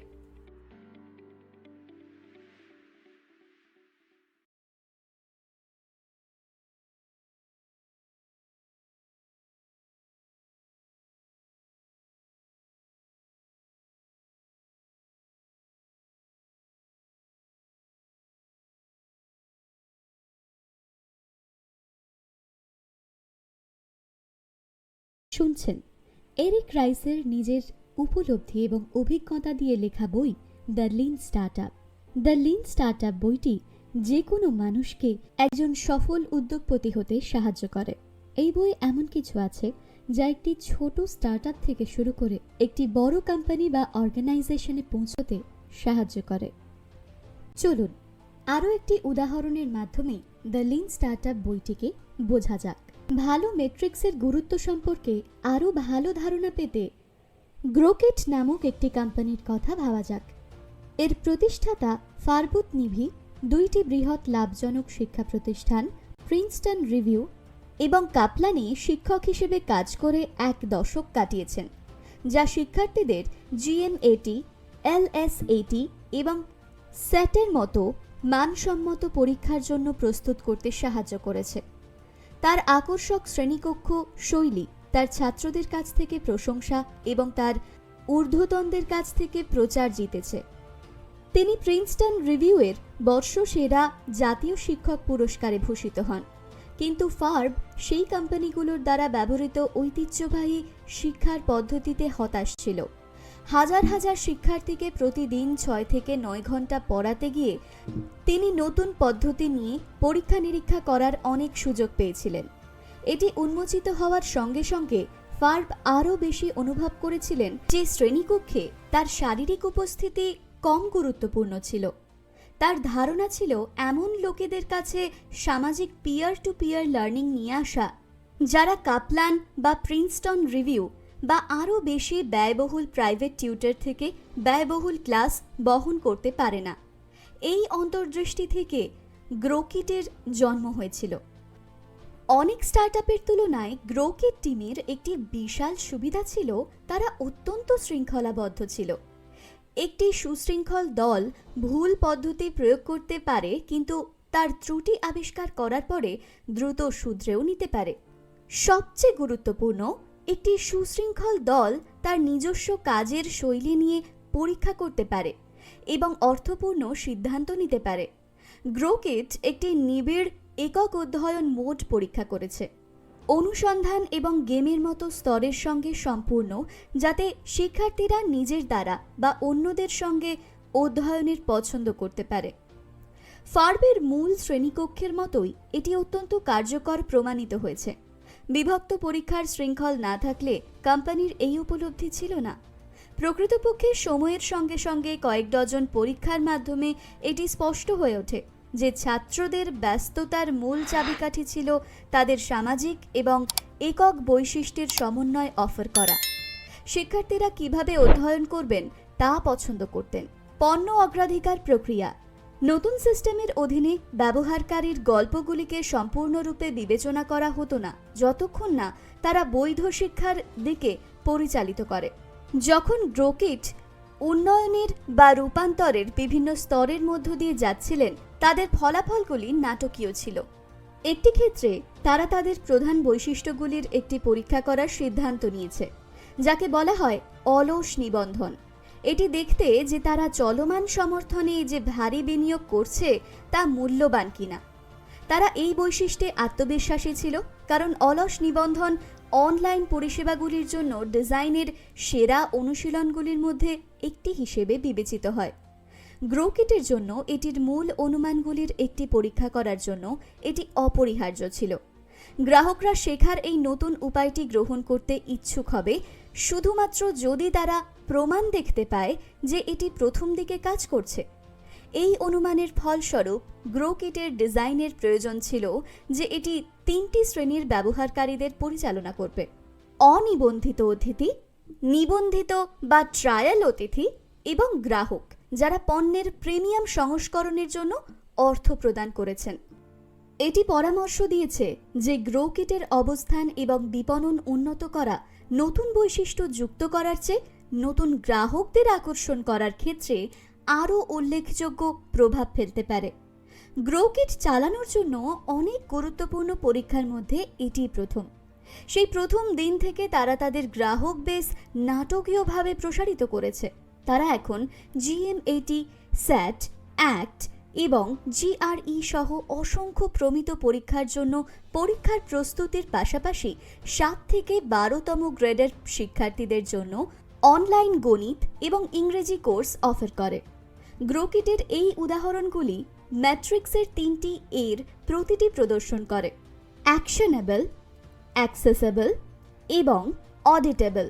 একটি প্রতিবেদনকে কর্মযোগ্য বা অ্যাকশনেবল বলে বিবেচনা করার জন্য অবশ্যই স্পষ্ট কারণ এবং প্রভাব প্রদর্শন করতে হবে, অন্যথায় এটি একটি ভ্যানিটি মেট্রিক। গ্রোকিটের দল তাদের শেখার মাইল ফলকগুলো বিচার করার জন্য যে প্রতিবেদনগুলি ব্যবহার করতে শুরু করেছিল তা অত্যন্ত স্পষ্ট করে দিয়েছে যে ফলাফলগুলিকে প্রতিলিপি করার জন্য কী কী পদক্ষেপ নেওয়া প্রয়োজন। কর্মযোগ্য ম্যাট্রিক্সের কারণ এবং প্রভাব স্পষ্টভাবে বোঝা যায়। লোকেরা তাদের ক্রিয়াগুলি থেকে আরও ভালোভাবে শিখতে সক্ষম হয়। একটি পরিষ্কার এবং উদ্দেশ্যমূলক মূল্যায়ন দেওয়া হলে মানুষ জন্মগতভাবে প্রতিভাবান শিক্ষার্থী হবে। এবার আসি অ্যাক্সেসেবল করার কথায়। দুর্ভাগ্যবশত বেশিরভাগ ব্যবস্থাপক রিপোর্টগুলিকে সহজ করার জন্য ডেটা গুদামজাতকরণ দলের সাথে হাতে হাত মিলিয়ে কাজ করে। এই জটিলতায় সাড়া দেয় না যাতে তারা তাদের আরও ভালোভাবে বুঝতে পারে। বিভাগগুলিও প্রায়শই তাদের ভবিষ্যৎ ক্রিয়াগুলিকে গাইড করার জন্য প্রকৃত প্রতিক্রিয়ার পরিবর্তে তারা যা চায় তা পেতে ডেটা কিভাবে ব্যবহার করতে হয় তা শিখতে তাদের শক্তি ব্যয় করে। তথ্যের এই অপব্যবহারের একটি প্রতিষেধক আছে। প্রথমত, রিপোর্টগুলিকে যতটা সম্ভব সহজ করুন যাতে সবাই সেগুলি বুঝতে পারে। প্রতিবেদনগুলিকে বোধগম্য করার সবচেয়ে সহজ উপায় হল বাস্তব কংক্রিট ইউনিট ব্যবহার করা। রিপোর্টগুলিকে অ্যাক্সেসযোগ্য করার আরেকটি উপায় হল IMVU-তে আমাদের তৈরি করা একটি কৌশল ব্যবহার করা। একটি পৃথক সিস্টেমে বিশ্লেষণ বা ডেটা রাখার পরিবর্তে আমাদের রিপোর্টিং ডেটা এবং এর অবকাঠামোগুলিকে পণ্যের অংশ হিসেবে বিবেচনা করা হয়েছিল। প্রতিবেদনগুলি আমাদের ওয়েবসাইটে উপলব্ধ ছিল, কর্মচারী অ্যাকাউন্ট সহ যে কেউ অ্যাক্সেসযোগ্য। প্রতিটি কর্মচারী যে কোনো সময় সিস্টেমে লগ ইন করতে পারে, সমস্ত বর্তমান এবং অতীত পরীক্ষার একটি তালিকা থেকে বেছে নিতে পারে এবং ফলাফলের একটি সাধারণ এক পৃষ্ঠার সারাংশ দেখতে পারে। এরপর আসি ভালো ম্যাট্রিক্সের তৃতীয় এ অর্থাৎ অডিটেবলের কথায়। আমাদের অবশ্যই নিশ্চিত করতে হবে যে ডেটা কর্মীদের কাছে বিশ্বাসযোগ্যতা। IMVU এর কর্মীরা তর্ক বিতর্ক মীমাংসা করতে কী শিখেছে তা প্রদর্শনের জন্য এক পৃষ্ঠার প্রতিবেদন প্রকাশ করবে, কিন্তু প্রক্রিয়াটি প্রায়শই এত মসৃণ নয়। বেশিরভাগ সময় যখন একজন ম্যানেজার, ডেভেলপার বা দল এমন ফলাফলের মুখোমুখি হয় যা একটি প্রকল্পকে মেরে ফেলবে, যুক্তিতে হেরে যাওয়া ব্যক্তি ডেটার সত্যতাকে চ্যালেঞ্জ করবে। প্রতিটি উদ্যোক্তা শেষ পর্যন্ত একটি সফল পণ্য বিকাশে একটি ওভাররাইডিং চ্যালেঞ্জের সম্মুখীন হয়। কখন পিভট করতে হবে এবং কখন অধ্যবসায় করতে হবে তা নির্ধারণ করা। এখন পর্যন্ত যা কিছু আলোচনা করা হয়েছে তা একটি আপাত দৃষ্টিতে সহজ প্রশ্নের একটি সূচনা। আমরা কি আমাদের মূল কৌশলগত অনুমান সঠিক বলে বিশ্বাস করার জন্য যথেষ্ট অগ্রগতি করছি, নাকি আমাদের একটি বড় পরিবর্তন করতে হবে? এই পরিবর্তনটিকে একটি পিভট বলা হয়। পণ্য কৌশল এবং বৃদ্ধির ইঞ্জিন সম্পর্কে একটি নতুন মৌলিক অনুমান পরীক্ষা করার জন্য ডিজাইন করা একটি কাঠামোগত সংশোধন। ভোটিজেনের সিইও ডেভিড বিনেত্তির কথা জানুন। আমেরিকান রাজনৈতিক প্রক্রিয়াকে একবিংশ শতাব্দীতে নিয়ে আসার জন্য ডেভিডের দীর্ঘ কর্মজীবন রয়েছে। 1990-এর দশকের গোড়ার দিকে তিনি USA গভর্নমেন্ট তৈরিতে সাহায্য করেছিলেন। ফেডারেল সরকারের জন্য প্রথম পোর্টাল, তিনি কিছু ক্লাসিক স্টার্টআপের ব্যর্থতার অভিজ্ঞতাও পেয়েছেন। যখন ভোটিজেন তৈরি করার সময় আসে তখন ডেভিড তার দৃষ্টিভঙ্গিতে দৃঢ় প্রতিজ্ঞ ছিলেন। ডেভিড রাজনৈতিক প্রক্রিয়ায় নাগরিক অংশগ্রহণের সমস্যা মোকাবিলা করতে চেয়েছিলেন। তার প্রথম পণ্যের ধারণাটি ছিল যাচাইকৃত ভোটারদের একটি সামাজিক নেটওয়ার্ক, এমন একটি জায়গা যেখানে নাগরিক কারণ সম্পর্কে উৎসাহী লোকেরা একত্রিত হতে পারে, ধারণা ভাগ করতে পারে এবং তাদের বন্ধুদের নিয়োগ করতে পারে। ডেভিড প্রায় 3 মাসে মাত্র $1,200 জন্য তার প্রথম সর্বনিম্ন কার্যকর পণ্য তৈরি করে এবং এটি চালু করে। প্রকৃতপক্ষে তার প্রথম দিন থেকেই ভোটিজেন প্রাথমিক ধারণাটি পছন্দকারী প্রাথমিক গ্রহণকারীদের আকর্ষণ সক্ষম হয়েছিল। সমস্ত উদ্যোক্তাদের মতো ডেভিডকে তার পণ্য এবং ব্যবসার মডেল পরিমার্জন করতে হয়েছিল, যা ডেভিডের চ্যালেঞ্জকে বিশেষভাবে কঠিন করে তুলেছিল। তা হলো মাঝারি সাফল্যের মুখে তাকে সেই পাইভট তৈরি করতে হয়েছিল। ডেভিডের প্রাথমিক ধারণাটি বিশ্বাসের 4টি বড় কনসেপ্টে জড়িত ছিল। 1. নিবন্ধন। গ্রাহকরা সাইন আপ করতে সামাজিক নেটওয়ার্কে যথেষ্ট আগ্রহী হবেন। 2. সক্রিয়করণ। ভোটিজেন নিবন্ধিত ভোটার হিসেবে তাদের যাচাই করতে সক্ষম হবে। 3. ধারণ। যে গ্রাহকদের ভোটার যাচাই করা হয়েছে তাঁরা সময়ের সঙ্গে সঙ্গে সাইটের অক্টিভিজম টুলের সাথে যুক্ত হবে। 4. সুপারিশ। নিযুক্ত গ্রাহকরা তাদের বন্ধুদের পরিষেবা সম্পর্কে বলবেন এবং তাদের নাগরিক কারণগুলিতে নিয়োগ করবেন। ডেভিড পাইভট বা অধ্যবসায় করার সিদ্ধান্ত নেওয়ার কঠিন চ্যালেঞ্জের মুখোমুখি হয়েছিল। এটি উদ্যোক্তাদের সবচেয়ে কঠিন সিদ্ধান্তগুলির মধ্যে একটি, ব্যর্থতা শেখার একটি পূর্বশর্ত। ভোটিজেনের ফলাফল ঠিক ছিল, কিন্তু তারা যথেষ্ট ভালো ছিল না। ডেভিড অনুভব করেছিলেন যে যদিও তার অপটিমাইজেশনে ম্যাট্রিক্সের উন্নতি করছে, তারা এমন একটি মডেলের দিকে প্রবণতা করছে না যা সামগ্রিকভাবে ব্যবসাকে টিকিয়ে রাখবে। কিন্তু সব ভালো উদ্যোক্তাদের মতো তিনি অকালে হাল ছেড়ে দেননি। ডেভিড একটি নতুন হাইপোথিসিস পাইভট এবং পরীক্ষা করার সিদ্ধান্ত নিয়েছে। তিনি এটি কঠোর পরিশ্রম করে নয়, বরং আরও বুদ্ধিমান কাজ করে তার পণ্য বিকাশের সংস্থান গ্রহণ করে এবং এটি নতুন এবং ভিন্ন পণ্যে প্রয়োগ করে করেছেন। অপটিমাইজেশনের আগের 4 মাসের তুলনায় নতুন 4 মাসের পাইভটিংয়ের ফলে বিনিয়োগের নাটকীয় উচ্চতর রিটার্ন হয়েছে। তার ম্যাট্রিক্স এবং পণ্য উন্নত ছিল, কিন্তু যথেষ্ট দ্রুত ছিল না। এই সমস্ত সময় ডেভিড তার সম্ভাব্য গ্রাহকদের কাছ থেকে শিখছিল এবং প্রতিক্রিয়া লাভ করছিল, কিন্তু তিনি একটি অস্থিতিশীল পরিস্থিতিতে ছিলেন। আপনি যা শিখেছেন তা দিয়ে আপনি কর্মীদের অর্থ প্রদান করতে পারবেন না, এবং সেই সন্ধিক্ষণে অর্থ সংগ্রহ করলে সমস্যা আরও বেড়ে যেত। আজ প্রতিষ্ঠার 2 বছর পর ভোটিজেন ভালো করছে। তারা সম্প্রতি ফেসবুকের প্রাথমিক বিনিয়োগকারী পিটার থিয়েলের কাছ থেকে $1.5 মিলিয়ন সংগ্রহ করেছে। সাম্প্রতিক বছরগুলিতে তার করা খুব কম গ্রাহক ইন্টারনেট বিনিয়োগগুলির মধ্যে একটি।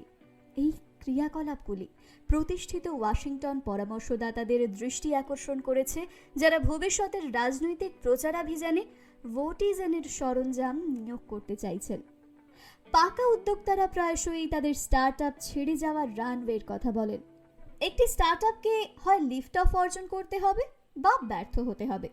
এটি সাধারণত ব্যাংকের অবশিষ্ট নগদ হিসেবে সংজ্ঞায়িত করা হয়, যা মাসিক বার্ন রেট দ্বারা ভাগ করা হয়, বা সেই অ্যাকাউন্ট ব্যালেন্সে নেট ড্রেন। উদাহরণস্বরূপ, ব্যাংকে $1 মিলিয়ন সহ একটি স্টার্টআপ যা প্রতি মাসে $1,000 খরচ করছে, তার জন্য 10 মাসের প্রজেক্টেড রানওয়ে আছে। রানওয়ের সঠিক পরিমাপ হলো একটি স্টার্টআপ কতগুলি পাইভট রেখে গেছে, এটির ব্যবসায়িক কৌশলে মৌলিক পরিবর্তন করতে কতগুলি সুযোগ রয়েছে। বেশিরভাগ উদ্যোক্তাদের জিজ্ঞাসা করুন যারা পাইভট করার সিদ্ধান্ত নিয়েছে, এবং তারা আপনাকে বলবে যে তারা যদি দ্রুত সিদ্ধান্তটি নিতে পারত ভালো হতো। আমি বিশ্বাস করি যে 3টি কারণে এটি ঘটে। প্রথমত, ভ্যানিটি ম্যাট্রিক্স উদ্যোক্তাদের মিথ্যা সিদ্ধান্তে উপনীত হতে এবং তাদের নিজস্ব ব্যক্তিগত বাস্তবতায় বসবাস করতে। দ্বিতীয়ত, যখন একজন উদ্যোক্তার একটি অস্পষ্ট অনুমান থাকে, তখন সম্পূর্ণ ব্যর্থতা অনুভব করা প্রায় অসম্ভব, এবং ব্যর্থতা ছাড়া সাধারণত একটি পাইভট প্রয়োজনীয় আমূল পরিবর্তনে সূচনা করার কোনো প্রেরণা থাকে না। তৃতীয়ত, অনেক উদ্যোক্তা ভয় পায় ব্যর্থতা স্বীকার করা বিপজ্জনকভাবে নিম্ন মনোবলের দিকে নিয়ে যেতে পারে। পাইভট করার সিদ্ধান্তের জন্য একটি পরিষ্কার চোখ এবং উদ্দেশ্যমূলক মন সেট প্রয়োজন। আমরা পাইভট করার প্রয়োজনীয়তার সূক্ষ্ম লক্ষণগুলি নিয়ে আলোচনা করেছি। পণ্য পরীক্ষা নিরীক্ষার কার্যকারিতা হ্রাস এবং সাধারণ অনুভূতি যে পণ্যের বিকাশ আরও উৎপাদনশীল হওয়া উচিত। যখন আপনি এই লক্ষণগুলি দেখতে পান, একটি পাইভট বিবেচনা করুন। পাইভট করার সিদ্ধান্তটি যে কোনো স্টার্টআপের জন্য প্রয়োজনীয় এবং একটি কাঠামোগত উপায়ে তার সমাধান করতে হবে। এই চ্যালেঞ্জ প্রশমিত করার একটি উপায় হলো আগাম মিটিং নির্ধারণ করা। আমি সুপারিশ করি যে প্রতিটি স্টার্টআপের একটি নিয়মিত পাইভট বা অধ্যবসায় মিটিং থাকুক। যাই হোক, প্রতিটি স্টার্টআপের নিজস্ব গতি খুঁজে বের করতে হবে। পাইভট বিভিন্ন স্বাদে আসে। পাইভট শব্দটি কখনো কখনো পরিবর্তনের প্রতিশব্দ হিসেবে ভুলভাবে ব্যবহৃত হয়। একটি পাইভট হলো একটি বিশেষ ধরনের পরিবর্তন যা পণ্য, ব্যবসায়িক মডেল এবং বৃদ্ধির ইঞ্জিন সম্পর্কে একটি নতুন মৌলিক অনুমান পরীক্ষা করার জন্য ডিজাইন করা হয়েছে। Zoom in pivot, zoom out pivot, customer segment pivot, customer need pivot, platform pivot, business architecture pivot, value capture pivot, engine of growth pivot, channel pivot এবং টেকনোলজি পাইভট। যদিও উল্লেখিত পাইভটগুলি ব্যবসায়িক কৌশলের ছাত্রদের কাছে পরিচিত হবে, পাইভট করার ক্ষমতা সঠিক কৌশলগত চিন্তার বিকল্প নয়। পাইভটগুলির বিখ্যাত উদাহরণ প্রদানের সমস্যা হলো যে বেশিরভাগ লোকেরা শুধুমাত্র বিখ্যাত কোম্পানিগুলির সফল শেষ কৌশলগুলির সাথে পরিচিত। বেশিরভাগ পাঠক জানেন যে সাউথ ওয়েস্ট বা ওয়ালমার্ট তাদের বাজারে কম খরচে ব্যাঘাতের একটি উদাহরণ। মাইক্রোসফট একটি প্ল্যাটফর্ম একচেটিয়তার উদাহরণ এবং স্টারবাকস একটি শক্তিশালী প্রিমিয়াম ব্র্যান্ডের লিভারেজ করেছে। এই কৌশলগুলি আবিষ্কার করার জন্য যে পাইভটগুলি প্রয়োজন ছিল তা সাধারণত কম পরিচিত। বীর প্রতিষ্ঠাতার চারপাশে তাদের পিআর গল্পগুলি সারিবদ্ধ করার এবং তাদের সাফল্য একটি ভালো ধারণার অনিবার্য ফলাফল ছিল বলে মনে করার জন্য কোম্পানিগুলির একটি শক্তিশালী উৎসাহ রয়েছে। একটি পাইভট পরিবর্তন করার জন্য শুধুমাত্র একটি উপদেশ নয়, মনে রাখবেন এটি একটি বিশেষ ধরনের কাঠামোগত পরিবর্তন যা পণ্য, ব্যবসার মডেল এবং বৃদ্ধির ইঞ্জিন সম্পর্কে একটি নতুন মৌলিক অনুমান পরীক্ষা করার জন্য ডিজাইন করা হয়েছে। এটি লিন স্টার্টআপ পদ্ধতির হৃদয়। কর্মচারীদের কি তাদের দিন কাটানো উচিত? সাংগঠনিক স্তরে শেখার জন্য আমরা কিভাবে লোকেদের দায়বদ্ধ রাখি? ঐতিহ্যবাহী বিভাগগুলি উদ্দীপক কাঠামো তৈরি করে যা মানুষকে তাদের বিশেষত্বের শ্রেষ্ঠত্বের ওপর দৃষ্টি আকর্ষণ করে। বিপণন, বিক্রয়, পণ্য বিকাশ। কিন্তু যদি কোম্পানির সর্বোত্তম স্বার্থ ক্রস ফাংশনাল সহযোগিতার মাধ্যমে পরিবেশিত হয়, স্টার্টআপের এমন সাংগঠনিক কাঠামো প্রয়োজন যা চরম অনিশ্চয়তার বিরুদ্ধে লড়াই করে, যা একটি স্টার্টআপের প্রধান শত্রু।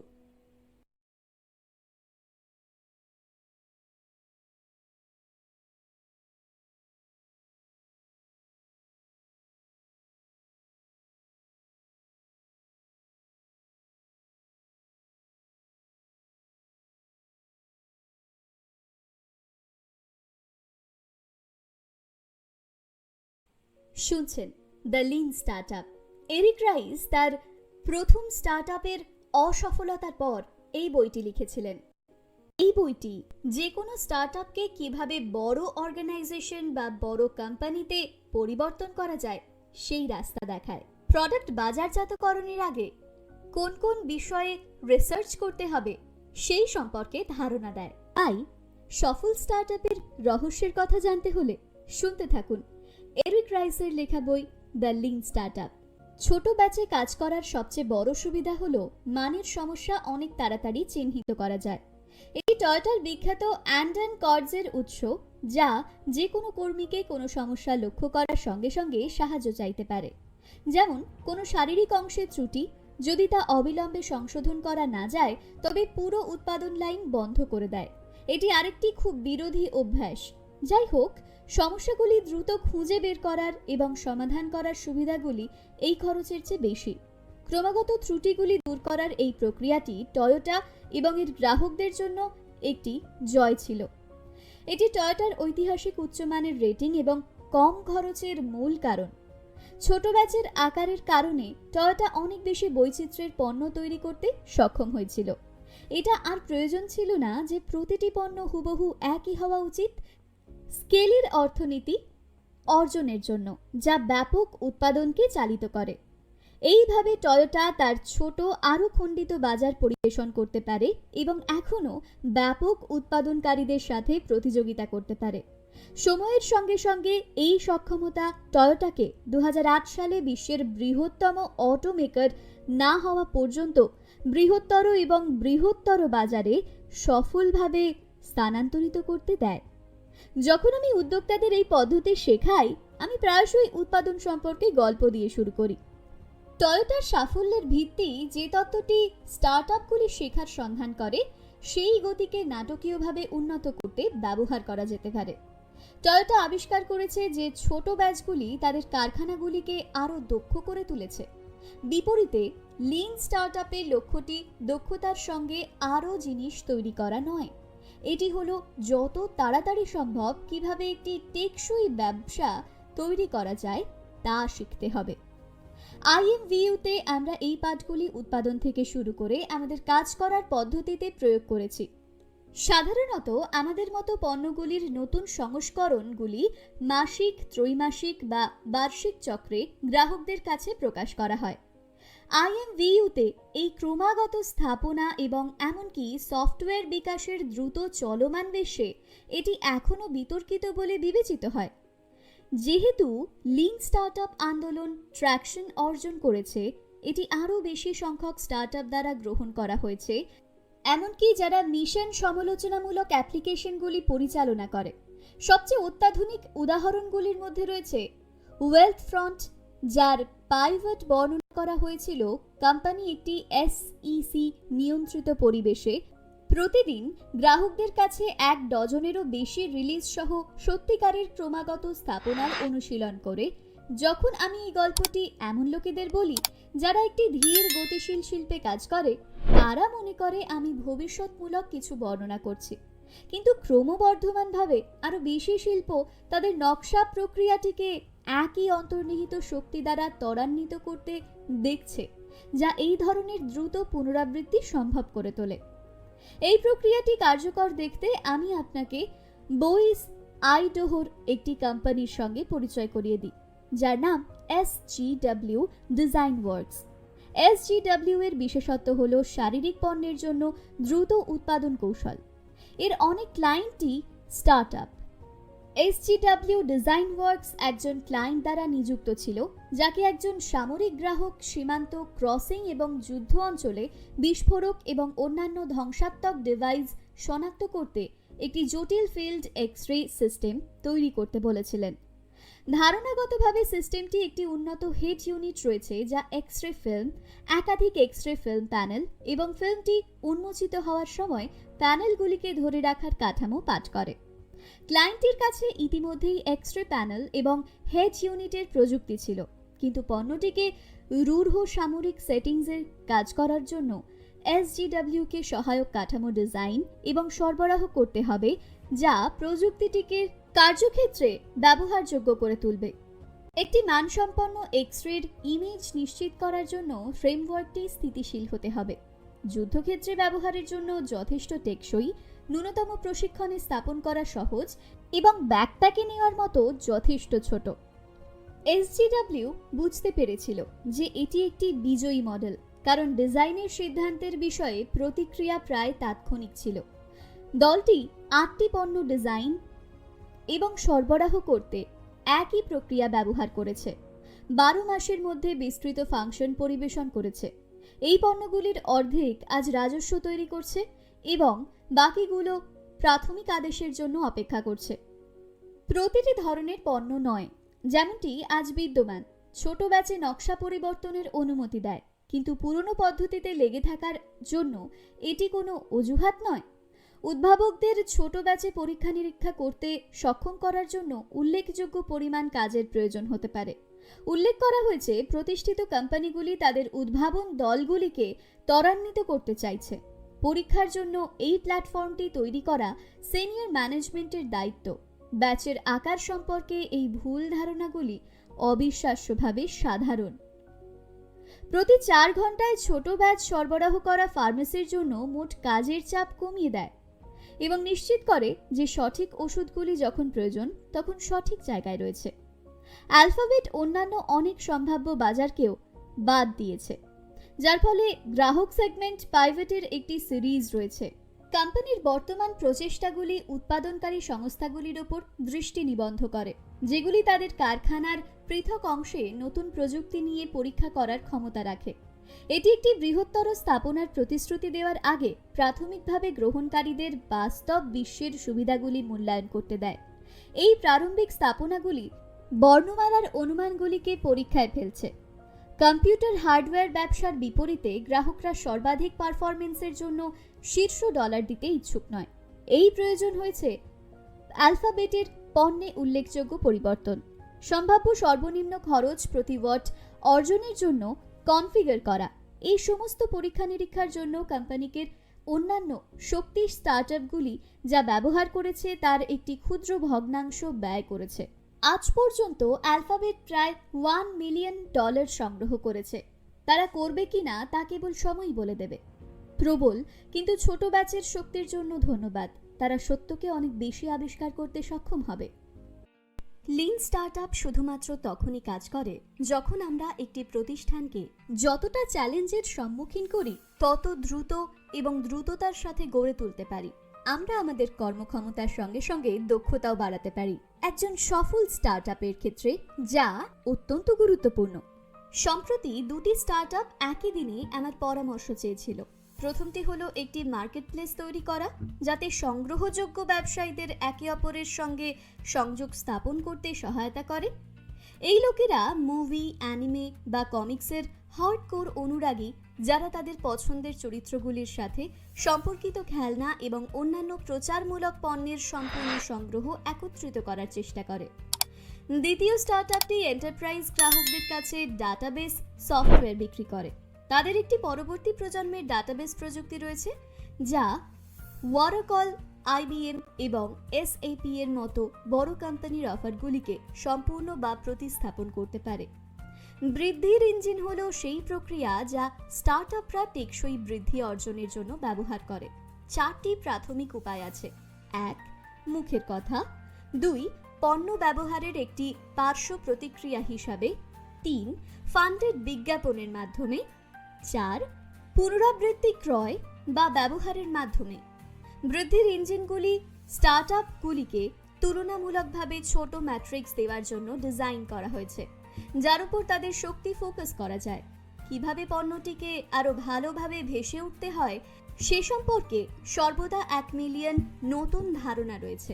তবে কঠিন সত্যটি হলো যে এই ধারণাগুলির বেশিরভাগই কেবল মার্জিনে পার্থক্য তৈরি করে। তারা নিছক অপটিমাইজেশন। স্টার্টআপগুলিকে বড় পরীক্ষায় ফোকাস করতে হবে যা বৈধ শিক্ষার দিকে পরিচালিত করে। গ্রোথ ফ্রেমওয়ার্কের ইঞ্জিন তাদের গুরুত্বপূর্ণ ম্যাট্রিক্সের ওপর ফোকাস রাখতে সাহায্য করে। The sticky engine of growth, এটি আমাদের দুটি স্টার্টআপে ফিরিয়ে আনে যা এই অধ্যায়টি শুরু করেছিল। উভয়ই খুব ভিন্ন শিল্পে থাকা সত্ত্বেও বৃদ্ধির একই ইঞ্জিন ব্যবহার করছে। উভয়ই পণ্য দীর্ঘমেয়াদী গ্রাহকদের আকর্ষণ এবং ধরে রাখার জন্য ডিজাইন করা হয়েছে। এই ধরে রাখার অন্তর্নিহিত প্রক্রিয়া দুটিতে ভিন্ন। চলুন জেনে নেওয়া যাক প্রক্রিয়াগুলি কি কি। 1. The viral engine of growth. The viral engine of growth হলো অনলাইন সোশ্যাল নেটওয়ার্ক এবং টাপারওয়্যার হলো এমন পণ্যের উদাহরণ যার জন্য গ্রাহকরা মার্কেটিংয়ের সিংহভাগ কাজ করে। একটি ভাইরাস যেভাবে মহামারীতে পরিণত হয় সেইভাবে পণ্য সম্পর্কে সচেতনতা ব্যক্তি থেকে ব্যক্তিতে দ্রুত ছড়িয়ে পড়ে।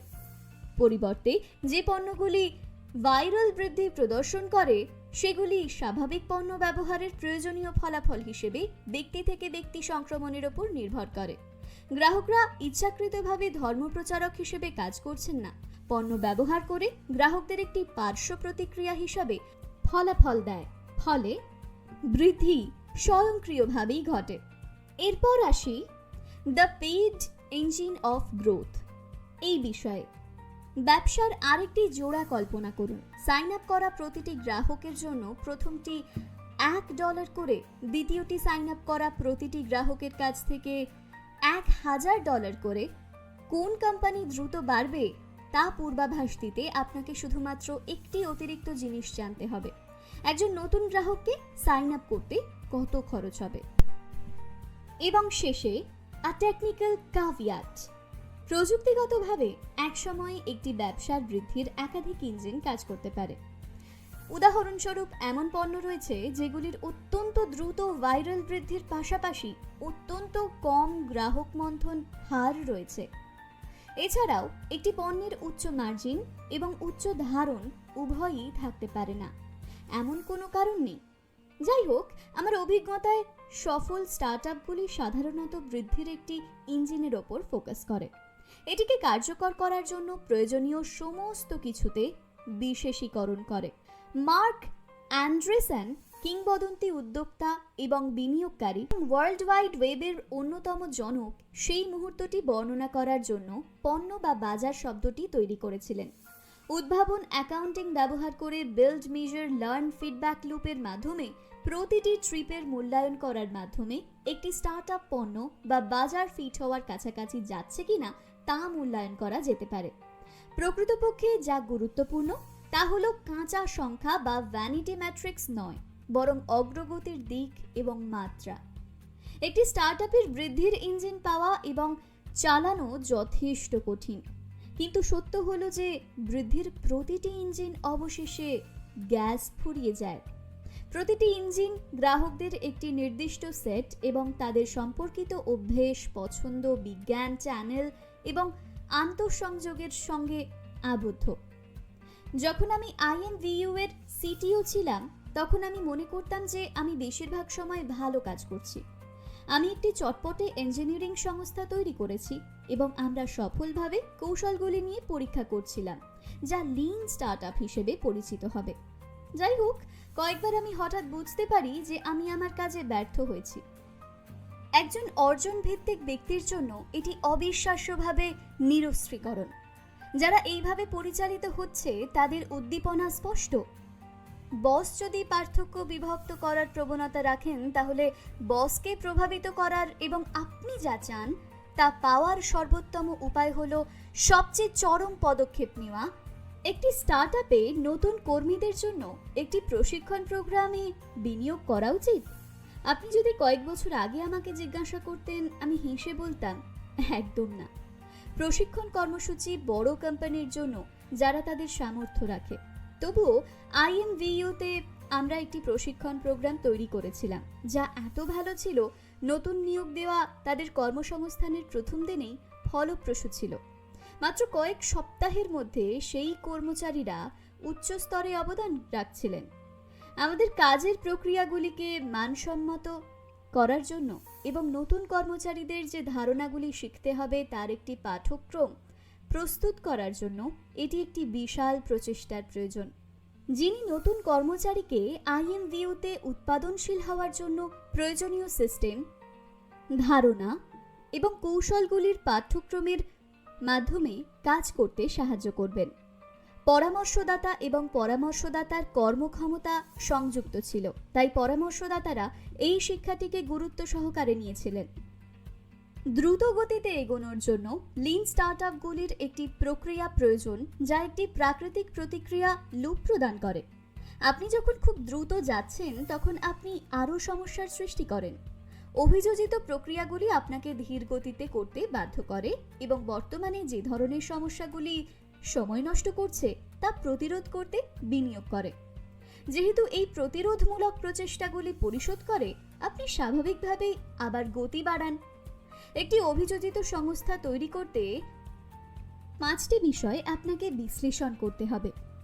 অনুক্রমের 5টি স্তরের প্রতিটিতে ধারাবাহিকভাবে একটি আনুপাতিক বিনিয়োগ করুন। অন্য কথায়, উপসর্গটি ছোট হলে বিনিয়োগ ছোট হওয়া উচিত এবং লক্ষণটি বেশি বেদনাদায়ক হলে বড় হওয়া উচিত। আমরা প্রতিরোধে বড় বিনিয়োগ করি না যদি না আমরা বড় সমস্যাগুলির সাথে মোকাবিলা করি। উপরের উদাহরণে উত্তর হলো সার্ভার ঠিক করা, কম ত্রুটি প্রবণ করতে সাবসিস্টেম পরিবর্তন করা। 5টি পদ্ধতি একটি প্রাকৃতিক গতি নিয়ন্ত্রক হিসেবে কাজ করে। আপনার যত বেশি সমস্যা আছে, আপনি সেই সমস্যার সমাধানে তত বেশি বিনিয়োগ করবেন। অবকাঠামো বা প্রক্রিয়ায় বিনিয়োগের ফলে সংকটের তীব্রতা এবং সংখ্যা হ্রাস পায় এবং দল আবার গতি পায়। বিশেষ করে স্টার্টআপগুলির সঙ্গে একটি বিপদ রয়েছে যে দলগুলি খুব দ্রুত কাজ করবে, সময়ের জন্য ট্রেডিং গুণমান এমনভাবে ভুলের কারণ হবে। 5 কেন এটি প্রতিরোধ করে দলগুলিকে তাদের সর্বোত্তম গতি খুঁজে পেতে অনুমতি দেয়। যখন দলগুলি প্রথম 5 ওয়াইজের একটি সমস্যা সমাধানের হাতিয়ার হিসেবে গ্রহণ করে, তখন তারা কিছু সাধারণ ত্রুটির সম্মুখীন হয়। আমাদের মনস্তাত্ত্বিক সীমাবদ্ধতাগুলি কাটিয়ে উঠতে আমাদের 5 কেনর মতো সিস্টেমের প্রয়োজন, কারণ আমরা এই মুহূর্তে যা ঘটছে তার প্রতি অতিরিক্ত প্রতিক্রিয়া দেখাই। কিছু ঘটলে আমরা হতাশ হয়ে পড়ি। অনুমান করে নিই, যখন 5 ওয়াইজ পন্থা বিভ্রান্ত হয়, তখন বিভ্রান্ত হওয়ার ফলাফল হিসেবে আমরা একে 5 ফল্ট বলি। প্রগতিশীল পৃথিবীতে প্রতিনিয়ত স্টার্টআপ তৈরি হচ্ছে, আর হবে নাই বা কেন? আজকাল প্রত্যেক সফল ব্যক্তির পিছনের গল্প হলো স্টার্টআপ। একটি সফল স্টার্টআপ গড়ে তুলতে আমাদের যে পদ্ধতিগুলি অবলম্বন করতে হবে তার সঠিক পরিমাপ এবং পদ্ধতি বলা হয়েছে এরিক রাইসের লেখা দ্য লিন স্টার্টআপ বইটিতে। এতগুলি পর্ব পেরিয়ে আমাদের কাছে স্টার্টআপের বিভিন্ন গুরুত্বপূর্ণ বিষয়গুলি স্পষ্ট হয়েছে। গত পর্বে আমরা 5 ওয়াইজ নিয়ে আলোচনা করেছি। এই পর্বে আমরা আরও কিছু বিস্তারিত তথ্য জেনে নেব। স্টার্টআপের একটি গুরুত্বপূর্ণ বিষয় হলো দ্রুততার সঙ্গে কাজ এবং গুণমানের সঙ্গে কম্প্রোমাইজ না করা। আপনি যখন খুব দ্রুত যাচ্ছেন তখন আপনি আরও সমস্যার সৃষ্টি করবেন। তাই আমাদের 5 ওয়াইজের বিশ্লেষণ করতে হবে। মনস্তাত্ত্বিক সীমাবদ্ধতাগুলি কাটিয়ে উঠতে আমাদের 5 ক্যানোর বা 5 ওয়াইজের সিস্টেমের প্রয়োজন। কিন্তু প্রতিকূল পরিস্থিতিতে আমরা তা করি না। পরিবর্তে কি ভুল হয়েছে তা বোঝার চেষ্টায় বারবার হতাশ ফাউন্ডাররা একে অপরের দিকে আঙুল দেখাতে শুরু করে। কে দোষী তা নির্ধারণ করার চেষ্টা করে। সমস্যাগুলি খুঁজে বের করতে এবং সমাধান করার জন্য 5 ওয়াইজ ব্যবহার করার পরিবর্তে ম্যানেজার এবং কর্মচারীরা তাদের হতাশা দূর করার এবং সিস্টেমেটিক ব্যর্থতার জন্য সহকর্মীদের ডাকার উপায় হিসেবে 5 ব্লেমস ব্যবহার করার ফাঁদে পড়তে পারে। যদিও এটা মানব প্রকৃতির অনুমান করা যে যখন আমরা একটি ভুল দেখি এটি অন্য কারো বিভাগ, জ্ঞান বা চরিত্রের ত্রুটির কারণে হয়। তবে 5 ক্যানোর লক্ষ্য হলো আমাদের উদ্দেশ্যমূলক সত্য দেখতে সাহায্য করা যে দীর্ঘস্থায়ী সমস্যাগুলি খারাপ প্রক্রিয়ার কারণে হয়, খারাপ মানুষ না, এবং সেই অনুযায়ী তাদের প্রতিকার। একটি খুব ভিন্ন সংস্কৃতির কোম্পানি থেকে আসা নতুন নিয়োগকারীদের জন্য এটি প্রায়শই একটি চাপের সূচনা ছিল, কিন্তু প্রত্যেকেই আমাদের মূল্যবোধের একটি ভিজারাল বোঝার সাথে এটির মধ্য দিয়ে এসেছিল। বিড সিস্টেম বাই সিস্টেম সেই ছোট বিনিয়োগগুলি একটি শক্তিশালী পণ্য বিকাশ প্রক্রিয়ার সঙ্গে যুক্ত হয়েছে, যা আমাদের সমস্ত কর্মচারীকে অনেক কম ভয় সহ আরও সৃজনশীলভাবে কাজ করার অনুমতি দিয়েছে। 5টি কেন সঠিকভাবে কাজ করার জন্য এমন নিয়ম রয়েছে যা অবশ্যই অনুসরণ করা উচিত। উদাহরণস্বরূপ, 5 কেনর জন্য পারস্পরিক আস্থা ও ক্ষমতায়নের পরিবেশ প্রয়োজন। যে পরিস্থিতিতে এটির অভাব রয়েছে, 5 কেনর জটিলতা অপ্রতিরোধ্য হতে পারে। এই ধরনের পরিস্থিতিতে আমি প্রায়শই একটি সরলীকৃত সংস্করণ ব্যবহার করেছি যা এখনও দলগুলিকে মূল কারণগুলি বিশ্লেষণে ফোকাস করার অনুমতি দেয়। যখন কোম্পানির বিকাশের জন্য তাদের পরে পূর্ণ বিকাশিত পদ্ধতিটি মোকাবিলা করতে হবে। প্রথম নিয়মটি লোকেদের ভুলের প্রতি সহানুভূতিশীল হতে অভ্যস্ত হতে উৎসাহিত করে, বিশেষ করে অন্যের ভুল। মনে রাখবেন, বেশিরভাগ ভুল ত্রুটিপূর্ণ সিস্টেমের কারণে হয়, খারাপ মানুষ নয়। দ্বিতীয় নিয়মটি দলটি প্রতিরোধে আনুপাতিক বিনিয়োগ শুরু করে। Facing unpleasant truths, start small, B specific. একটি অভিযোজিত সংস্থা তৈরির বিষয়টি ছেড়ে যাওয়ার আগে আমি আরও একটি গল্প উপস্থাপন করতে চাই। এটি এমন একটি পণ্যের সঙ্গে সম্পর্কিত যা আপনি সম্ভবত ব্যবহার করেছেন যদি আপনি কখনো নিজের ব্যবসা চালান। এটিকে কুইক বুকস বলা হয় এবং এটি ইনটুইটের ফ্ল্যাগশিপ পণ্যগুলির মধ্যে একটি। প্রথম বছর অ্যাচিভিং ফেলিয়ার, দ্বিতীয় বছর মাস্কেল মেমোরি, ইয়ার 3 এক্সপ্লোশন। প্রচলিত প্রজ্ঞার মতে কোম্পানিগুলো যখন বড় হয় তখন তারা অনিবার্য উদ্ভাবন, সৃজনশীলতা এবং বৃদ্ধির ক্ষমতা হারায়। আমি বিশ্বাস করি এটা ভুল। স্টার্টআপগুলি বাড়ার সঙ্গে সঙ্গে উদ্যোক্তারা এমন সংস্থা তৈরি করতে পারে যেগুলি কিভাবে বিদ্যমান গ্রাহকদের পরিষেবার জন্য নতুন গ্রাহকদের খুঁজে বের করা, বিদ্যমান ব্যবসার লাইনগুলি পরিচালনা করা এবং নতুন ব্যবসায়িক মডেলগুলি অন্বেষণ করার চ্যালেঞ্জগুলির সঙ্গে ভারসাম্য বজায় রাখতে শেখে। এবং যদি তারা তাদের ম্যানেজমেন্ট দর্শন পরিবর্তন করতে ইচ্ছুক হন, আমি বিশ্বাস করি এমনকি বড় প্রতিষ্ঠিত কোম্পানিগুলো এই পরিবর্তন করতে পারে, যাকে আমি পোর্টফোলিও ভাবনা বলে থাকি। সফল উদ্ভাবন দলকে সফল হওয়ার জন্য সঠিকভাবে গঠন করতে হবে। ভেঞ্চার সমর্থিত এবং বুটস্ট্র্যাপড স্টার্টআপগুলি ছোট, স্বাধীন কোম্পানি হওয়ার ফলে স্বাভাবিকভাবেই এই কাঠামোগত বৈশিষ্ট্যগুলির কিছু রয়েছে। অভ্যন্তরীণ স্টার্টআপ দলগুলিকে এই কাঠামোগুলি তৈরি করতে সিনিয়র ম্যানেজমেন্টের সহায়তা প্রয়োজন। অভ্যন্তরীণ বা বাহ্যিক, আমার অভিজ্ঞতায় স্টার্টআপ দলগুলির 3টি কাঠামোগত বৈশিষ্ট্যের প্রয়োজন। দুষ্প্রাপ্য কিন্তু নিরাপদ সংস্থান, তাদের ব্যবসার বিকাশের জন্য স্বাধীন কর্তৃত্ব এবং ফলাফলে ব্যক্তিগত অংশীদারিত্ব। এই প্রতিটি প্রয়োজনীয়তা প্রতিষ্ঠিত কোম্পানি বিভাগের থেকে ভিন্ন। মনে রাখবেন, যে গঠনটি শুধুমাত্র একটি পূর্ব শর্ত এটি সাফল্যের নিশ্চয়তা দেয় না, কিন্তু ভুল গঠন নিশ্চিত ব্যর্থতা হতে পারে। প্রচলিতভাবে অভ্যন্তরীণ উদ্ভাবকদের বিষয়ে পরামর্শ মূল সংস্থার কাছ থেকে স্টার্টআপকে রক্ষা করার উপর দৃষ্টি নিবদ্ধ করে। আমি বিশ্বাস করি যে এই মডেলটি তার মাথায় চালু করা প্রয়োজন। আমার পরামর্শদাতা ক্লায়েন্টদের একজন একটি বড় কোম্পানির কাছ থেকে একটি মোটামুটি সাধারণ বৈঠকের বর্ণনা দিয়ে শুরু করা যাক। সিনিয়র ম্যানেজমেন্ট তার পণ্যের পরবর্তী সংস্করণে কি অন্তর্ভুক্ত করতে হবে সে সম্পর্কে সিদ্ধান্ত নিতে মিটিং করেছিল। ডেটা চালিত হওয়ার জন্য কোম্পানির অঙ্গীকারের অংশ হিসেবে এটি মূল্য নির্ধারণের ওপর একটি পরীক্ষা চালানোর চেষ্টা করেছিল। বৈঠকের প্রথম অংশটি পরীক্ষা থেকে ডেটা ব্যাখ্যা করার সঙ্গে নেওয়া হয়েছিল। এখানে চ্যালেঞ্জ হলো উদ্ভাবন দলগুলিকে উন্মুক্তভাবে ক্ষমতায়নের জন্য একটি প্রক্রিয়া তৈরি করা। এটি সময়ের সঙ্গে সঙ্গে উদ্ভাবনের একটি টেকসই সংস্কৃতির দিকে যাওয়ার পথ, কারণ কোম্পানিগুলি বারবার অস্তিত্ব সংকটের সম্মুখীন হয়। এরিক রাইসের প্রস্তাবিত সমাধান হলো উদ্ভাবনের জন্য একটি স্যান্ডবক্স তৈরি করা, যাতে নতুন উদ্ভাবনের প্রভাব থাকবে কিন্তু স্টার্টআপ দলের পদ্ধতিগুলিকে তা বাধাগ্রস্ত করবে না। একটি অভ্যন্তরীণ স্টার্টআপ টিমের পরস্পরের সঙ্গে পরামর্শ আদান প্রদান অত্যন্ত গুরুত্বপূর্ণ।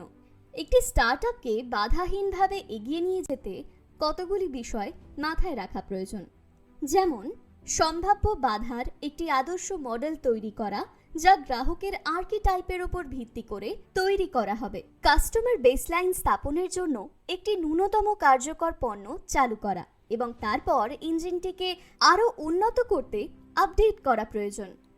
স্টার্টআপ এবং বড় কোম্পানিগুলির জন্য একই সমস্যা হলো যে কর্মীরা প্রায়শই তাদের বিকাশ করা পণ্যগুলি অনুসরণ করে যখন তারা পর্যায় থেকে পর্যায়ক্রমে চলে যায়। একটি সাধারণ অনুশীলন হলো একটি নতুন পণ্য বা বৈশিষ্ট্যের উদ্ভাবক পরবর্তী সংস্থান, দল বা বিভাগ পরিচালনা করার জন্য, যা শেষ পর্যন্ত এটিকে বাণিজ্যিকরণ করে।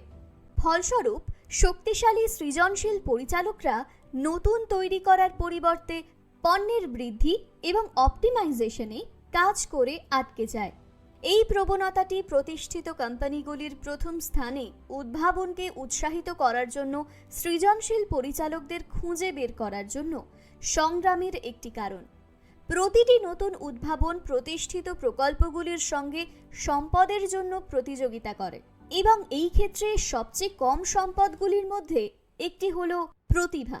যে কোনো উদ্ভাবন ব্যবস্থা অবশেষে তার নিজের সাফল্যের শিকার হয়ে উঠবে। স্যান্ডবক্স প্রসারিত হওয়ার সঙ্গে সঙ্গে স্যান্ডবক্সের উদ্ভাবনের ফলে কোম্পানির আয় বৃদ্ধি পায়। চক্রটি আবার শুরু করতে হবে। প্রাক্তন উদ্ভাবকরা স্থিতাবস্থার অভিভাবক হয়ে উঠবে।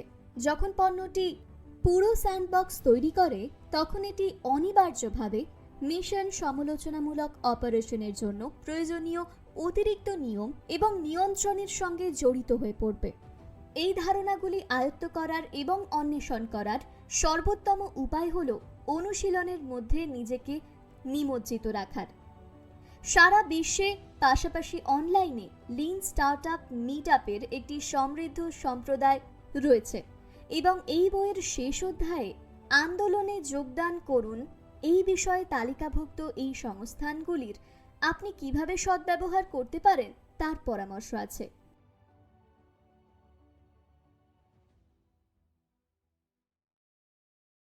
বলা হয়, যদি কোনো কাজকে ছোট ছোট করে ভাগ করে নেওয়া যায় তাহলে কাজটা দ্রুততার সঙ্গে এবং খুব সহজভাবেই সম্পন্ন করা যায়। এটা ঠিক এরকমই। যদি আপনাকে ছাদে যেতে বলা হয় তাহলে আপনাকে সিঁড়ি দিয়েই যেতে হবে। যদি আপনি দেওয়াল বেয়ে ছাদে উঠতে যান তাহলে আপনি বিপদের সম্মুখীন হতে পারেন।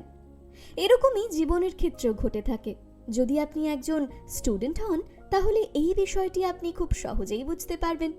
এই ছোট ছোট স্টেপস নেওয়া কতটা গুরুত্বপূর্ণ। কিছু ক্ষেত্রে দেখা যায় অনেক স্টুডেন্ট বড় প্রশ্নের উত্তর দিতে ভয় পায়। সেই ক্ষেত্রে যদি সে সেই উত্তরগুলি ছোট ছোট টুকরোয় ভাগ করে নেয় তাহলে সে সহজেই উত্তর মনে রাখতে পারবে এবং বহু সময় ধরে উত্তর মনে রাখতে সুবিধাও হবে। এরকমই কোনো স্টার্টআপের প্রথম দিন থেকে শুরু করে শেষ দিন পর্যন্ত হয়ে থাকে। যখন কোনো বড় কোম্পানি কোনো বড় পরিবর্তন আনতে চায় তখন এরকম ছোট ছোট স্টেপসের মধ্যে দিয়ে যায়, আর দেখতে দেখতে সেই পরিবর্তন হয়েও যায়। এরিক রাইসের দ্য লিন স্টার্টআপ যে কোনো স্টার্টআপ প্রতিষ্ঠার ক্ষেত্রে ধীরে ধীরে ওপরে ওঠার সিঁড়ি। আজকের এই এপিসোড লিন স্টার্টআপের সবচেয়ে গুরুত্বপূর্ণ এপিসোড হতে চলেছে। এখনো পর্যন্ত স্টার্টআপ নিয়ে আমরা ছোট ছোট এক্সপেরিমেন্ট করেছি। ছোট স্টেপস কি করে আমাদের প্রোডাক্টিভিটি বাড়ায় এবং কিভাবে শার্পনেস আসবে, এই নিয়ে Eric Ries the lean startup বইটিতে একটি গল্প বলেছেন। গল্পটা অনেকটা এই রকম। একজন বাবা তার 2 সন্তানের সাহায্যে নিউজ লেটারগুলোকে এনভেলপে ভরতে চায়। তার সন্তানদের ধারণা সে সব নিউজ লেটারগুলিকে প্রথমে ভালোভাবে ভাঁজ করে তারপর সবগুলিতে স্ট্যাম্প বসিয়ে তারপর একটা একটা করে অ্যাড্রেস লিখলে তাড়াতাড়ি হবে। সেই জায়গায় তাদের বাবা এই বিষয়টি একটু অন্য রকম করতে চাইছিলেন। উনি চাইছিলেন সবগুলো একসাথে না করে একটা একটা করে চিঠির কাজগুলি কমপ্লিট করা উচিত। বাবা এবং তার সন্তানরা নিজের নিজের পদ্ধতিগুলি সঠিক প্রমাণ করার চেষ্টা করতে থাকে। কার টেকনিকটি বেশি দ্রুত কার্যকরী তা বোঝার জন্য তারা একটি কম্পিটিশন করে। আপনাদেরও নিশ্চয়ই মনে হচ্ছে এই কম্পিটিশন তার সন্তানরাই জিতবে। আমারও এটাই মনে হয়েছিল, কিন্তু যখন রেজাল্ট এলো দেখা গেল বাবার টেকনিক বেশি কার্যকরী। হয়তো আপনারও এটাই মনে হয় যে একটা কাজকে বারবার করতে থাকলে সেই কাজে আমরা দ্রুততা ও পারদর্শিতার সাথে করতে পারি। যখন আপনি একই কাজ বহুবার রিপিট করেন তখন আপনার কাছে সময়ই থাকে না সেটাকে রিচেক করার। সেই ক্ষেত্রে যদি আপনি একবারেই একটা চিঠির কাজ শেষ করে নেন তাহলে কাজে শার্পনেস থাকে এবং ভুল হওয়ার সম্ভাবনাও কমে। কারণ ছোট ছোট ব্যাচে কাজ করলে কোনো ভুল হলে খুব দ্রুতই তা শুধরে নেওয়া যায়। ছোট ব্যাচে কাজ করলে কোয়ালিটি রিলেটেড প্রবলেম খুব তাড়াতাড়ি বুঝতে পারা যায়। এটি টয়োটার প্রসিদ্ধ অ্যাড অন কার পদ্ধতি, যা যে কোনো ওয়ার্কারের যে কোনো সমস্যার সমাধানের প্রয়োজন হলে সাহায্য চাওয়ার পারমিশন দেয়।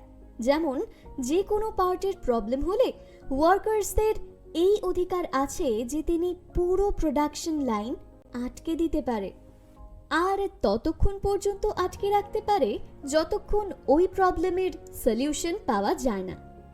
টয়োটা মনে করে কম সময়ের জন্য কোয়ালিটির সাথে কম্প্রোমাইজ করা উচিত নয়। এরকম কখনোই হওয়া উচিত নয় যে কম সময়ে অধিক উৎপাদনের জন্য কোয়ালিটির ওপর নজর না দেওয়া। এই প্রকার ইকোসিস্টেমের জন্যই জাপানের কোম্পানি টয়োটা বিশ্বের best car seller. Toyota company মনে করে যে কোনো রকম ছোটখাটো প্রবলেম দেখা গেলে সেটা তৎক্ষণাৎ নির্মূল করতে হবে, দরকার হলে এটার জন্য পুরো সিস্টেম বন্ধ করতে হলেও। কারণ যত দ্রুত ভুলটি পর্যবেক্ষণ করে দূর করা যাবে আপনার পারফরম্যান্স তত দ্রুত হবে। অন্যদিকে এই ফল্ট যদি অনেক সময়ের জন্য রয়ে যায় তাহলে আপনার পারফরম্যান্স কমতে থাকে আর ছোট ছোট প্রবলেমগুলো বড় প্রবলেমে বদলে যায়। হ্যান্ডেন কর্ডের কি নিয়ে এরিক রাইস বলেন, যখনই কোনো আনসলভড প্রবলেম দেখা যায় তখন উনি সমস্ত কাজ থামিয়ে দেন। এটা লিন স্টার্টআপের ইম্পর্ট্যান্ট ইনোভেশন। অন্য সব পদ্ধতিগুলোর মতোই এটা অত্যন্ত গুরুত্বপূর্ণ। সময় বাঁচানোর জন্য আমরা কোয়ালিটিকে কখনোই অবজ্ঞা করতে পারি না। যে কোনো টেকনিক স্টার্টআপের জন্য অত্যন্ত গুরুত্বপূর্ণ, তার প্রবলেম সলিউশনের জন্য কাজে লাগতে পারে। বড় বা ছোট স্টার্টআপের জন্য ট্রেনিংয়ের জন্য ইনভেস্ট করা খুব গুরুত্বপূর্ণ। আমাদের আরও একটি বিষয় মাথায় রাখতে হবে যে সংকটময় পরিস্থিতিতে 5 ওয়াইজকে আমরা 5 ব্লেম ভাবার প্রবৃত্তি রাখি। তাই প্রথমবারের যে কোনো ভুলের জন্য কোম্পানির অগ্রগণ্যদের সহনশীল হতে হবে। একই ভুলের পুনরাবৃত্তি না করা দ্য লিন স্টার্টআপের আরও একটি গুরুত্বপূর্ণ পয়েন্ট। সিস্টেমের উন্নতির বিষয়ে লক্ষ্য রাখা অধিকাংশ ভুল কোয়ালিটি সিস্টেমের কারণে হয়। তাই সিস্টেমের সমস্যার সমাধানের ক্ষেত্রেও গুরুত্ব দিতে হবে। সব সময় ছোট থেকে শুরু করুন, ছোট সমস্যার উপরে মনোযোগী হন। এছাড়াও একটা ইউজার ফ্রেন্ডলি অর্গানাইজেশন বানানোর জন্য 5 ওয়াইজের ব্যবহার অত্যন্ত গুরুত্বপূর্ণ। দ্য স্টার্টআপ 1 দশকের মধ্যে স্টার্টআপ বা নবনির্মাণ সম্পর্কে লেখা শ্রেষ্ঠ বইগুলির মধ্যে একটি। যদি আপনি আপনার কোম্পানিতে লিন স্টার্টআপের প্রয়োগ না করে থাকেন তাহলে দ্রুতই শুরু করুন। লিন স্টার্টআপ সিরিজের এটা ছিল শেষ এপিসোড। আপনার বইটি কেমন লাগলো কমেন্ট করে জানান। আমাদের এটাও বলতে পারেন কিভাবে আমরা আরো ইমপ্রুভমেন্ট আনতে পারি যাতে আমাদের বুক সামারি আপনার কাছে ইউজার ফ্রেন্ডলি লাগে।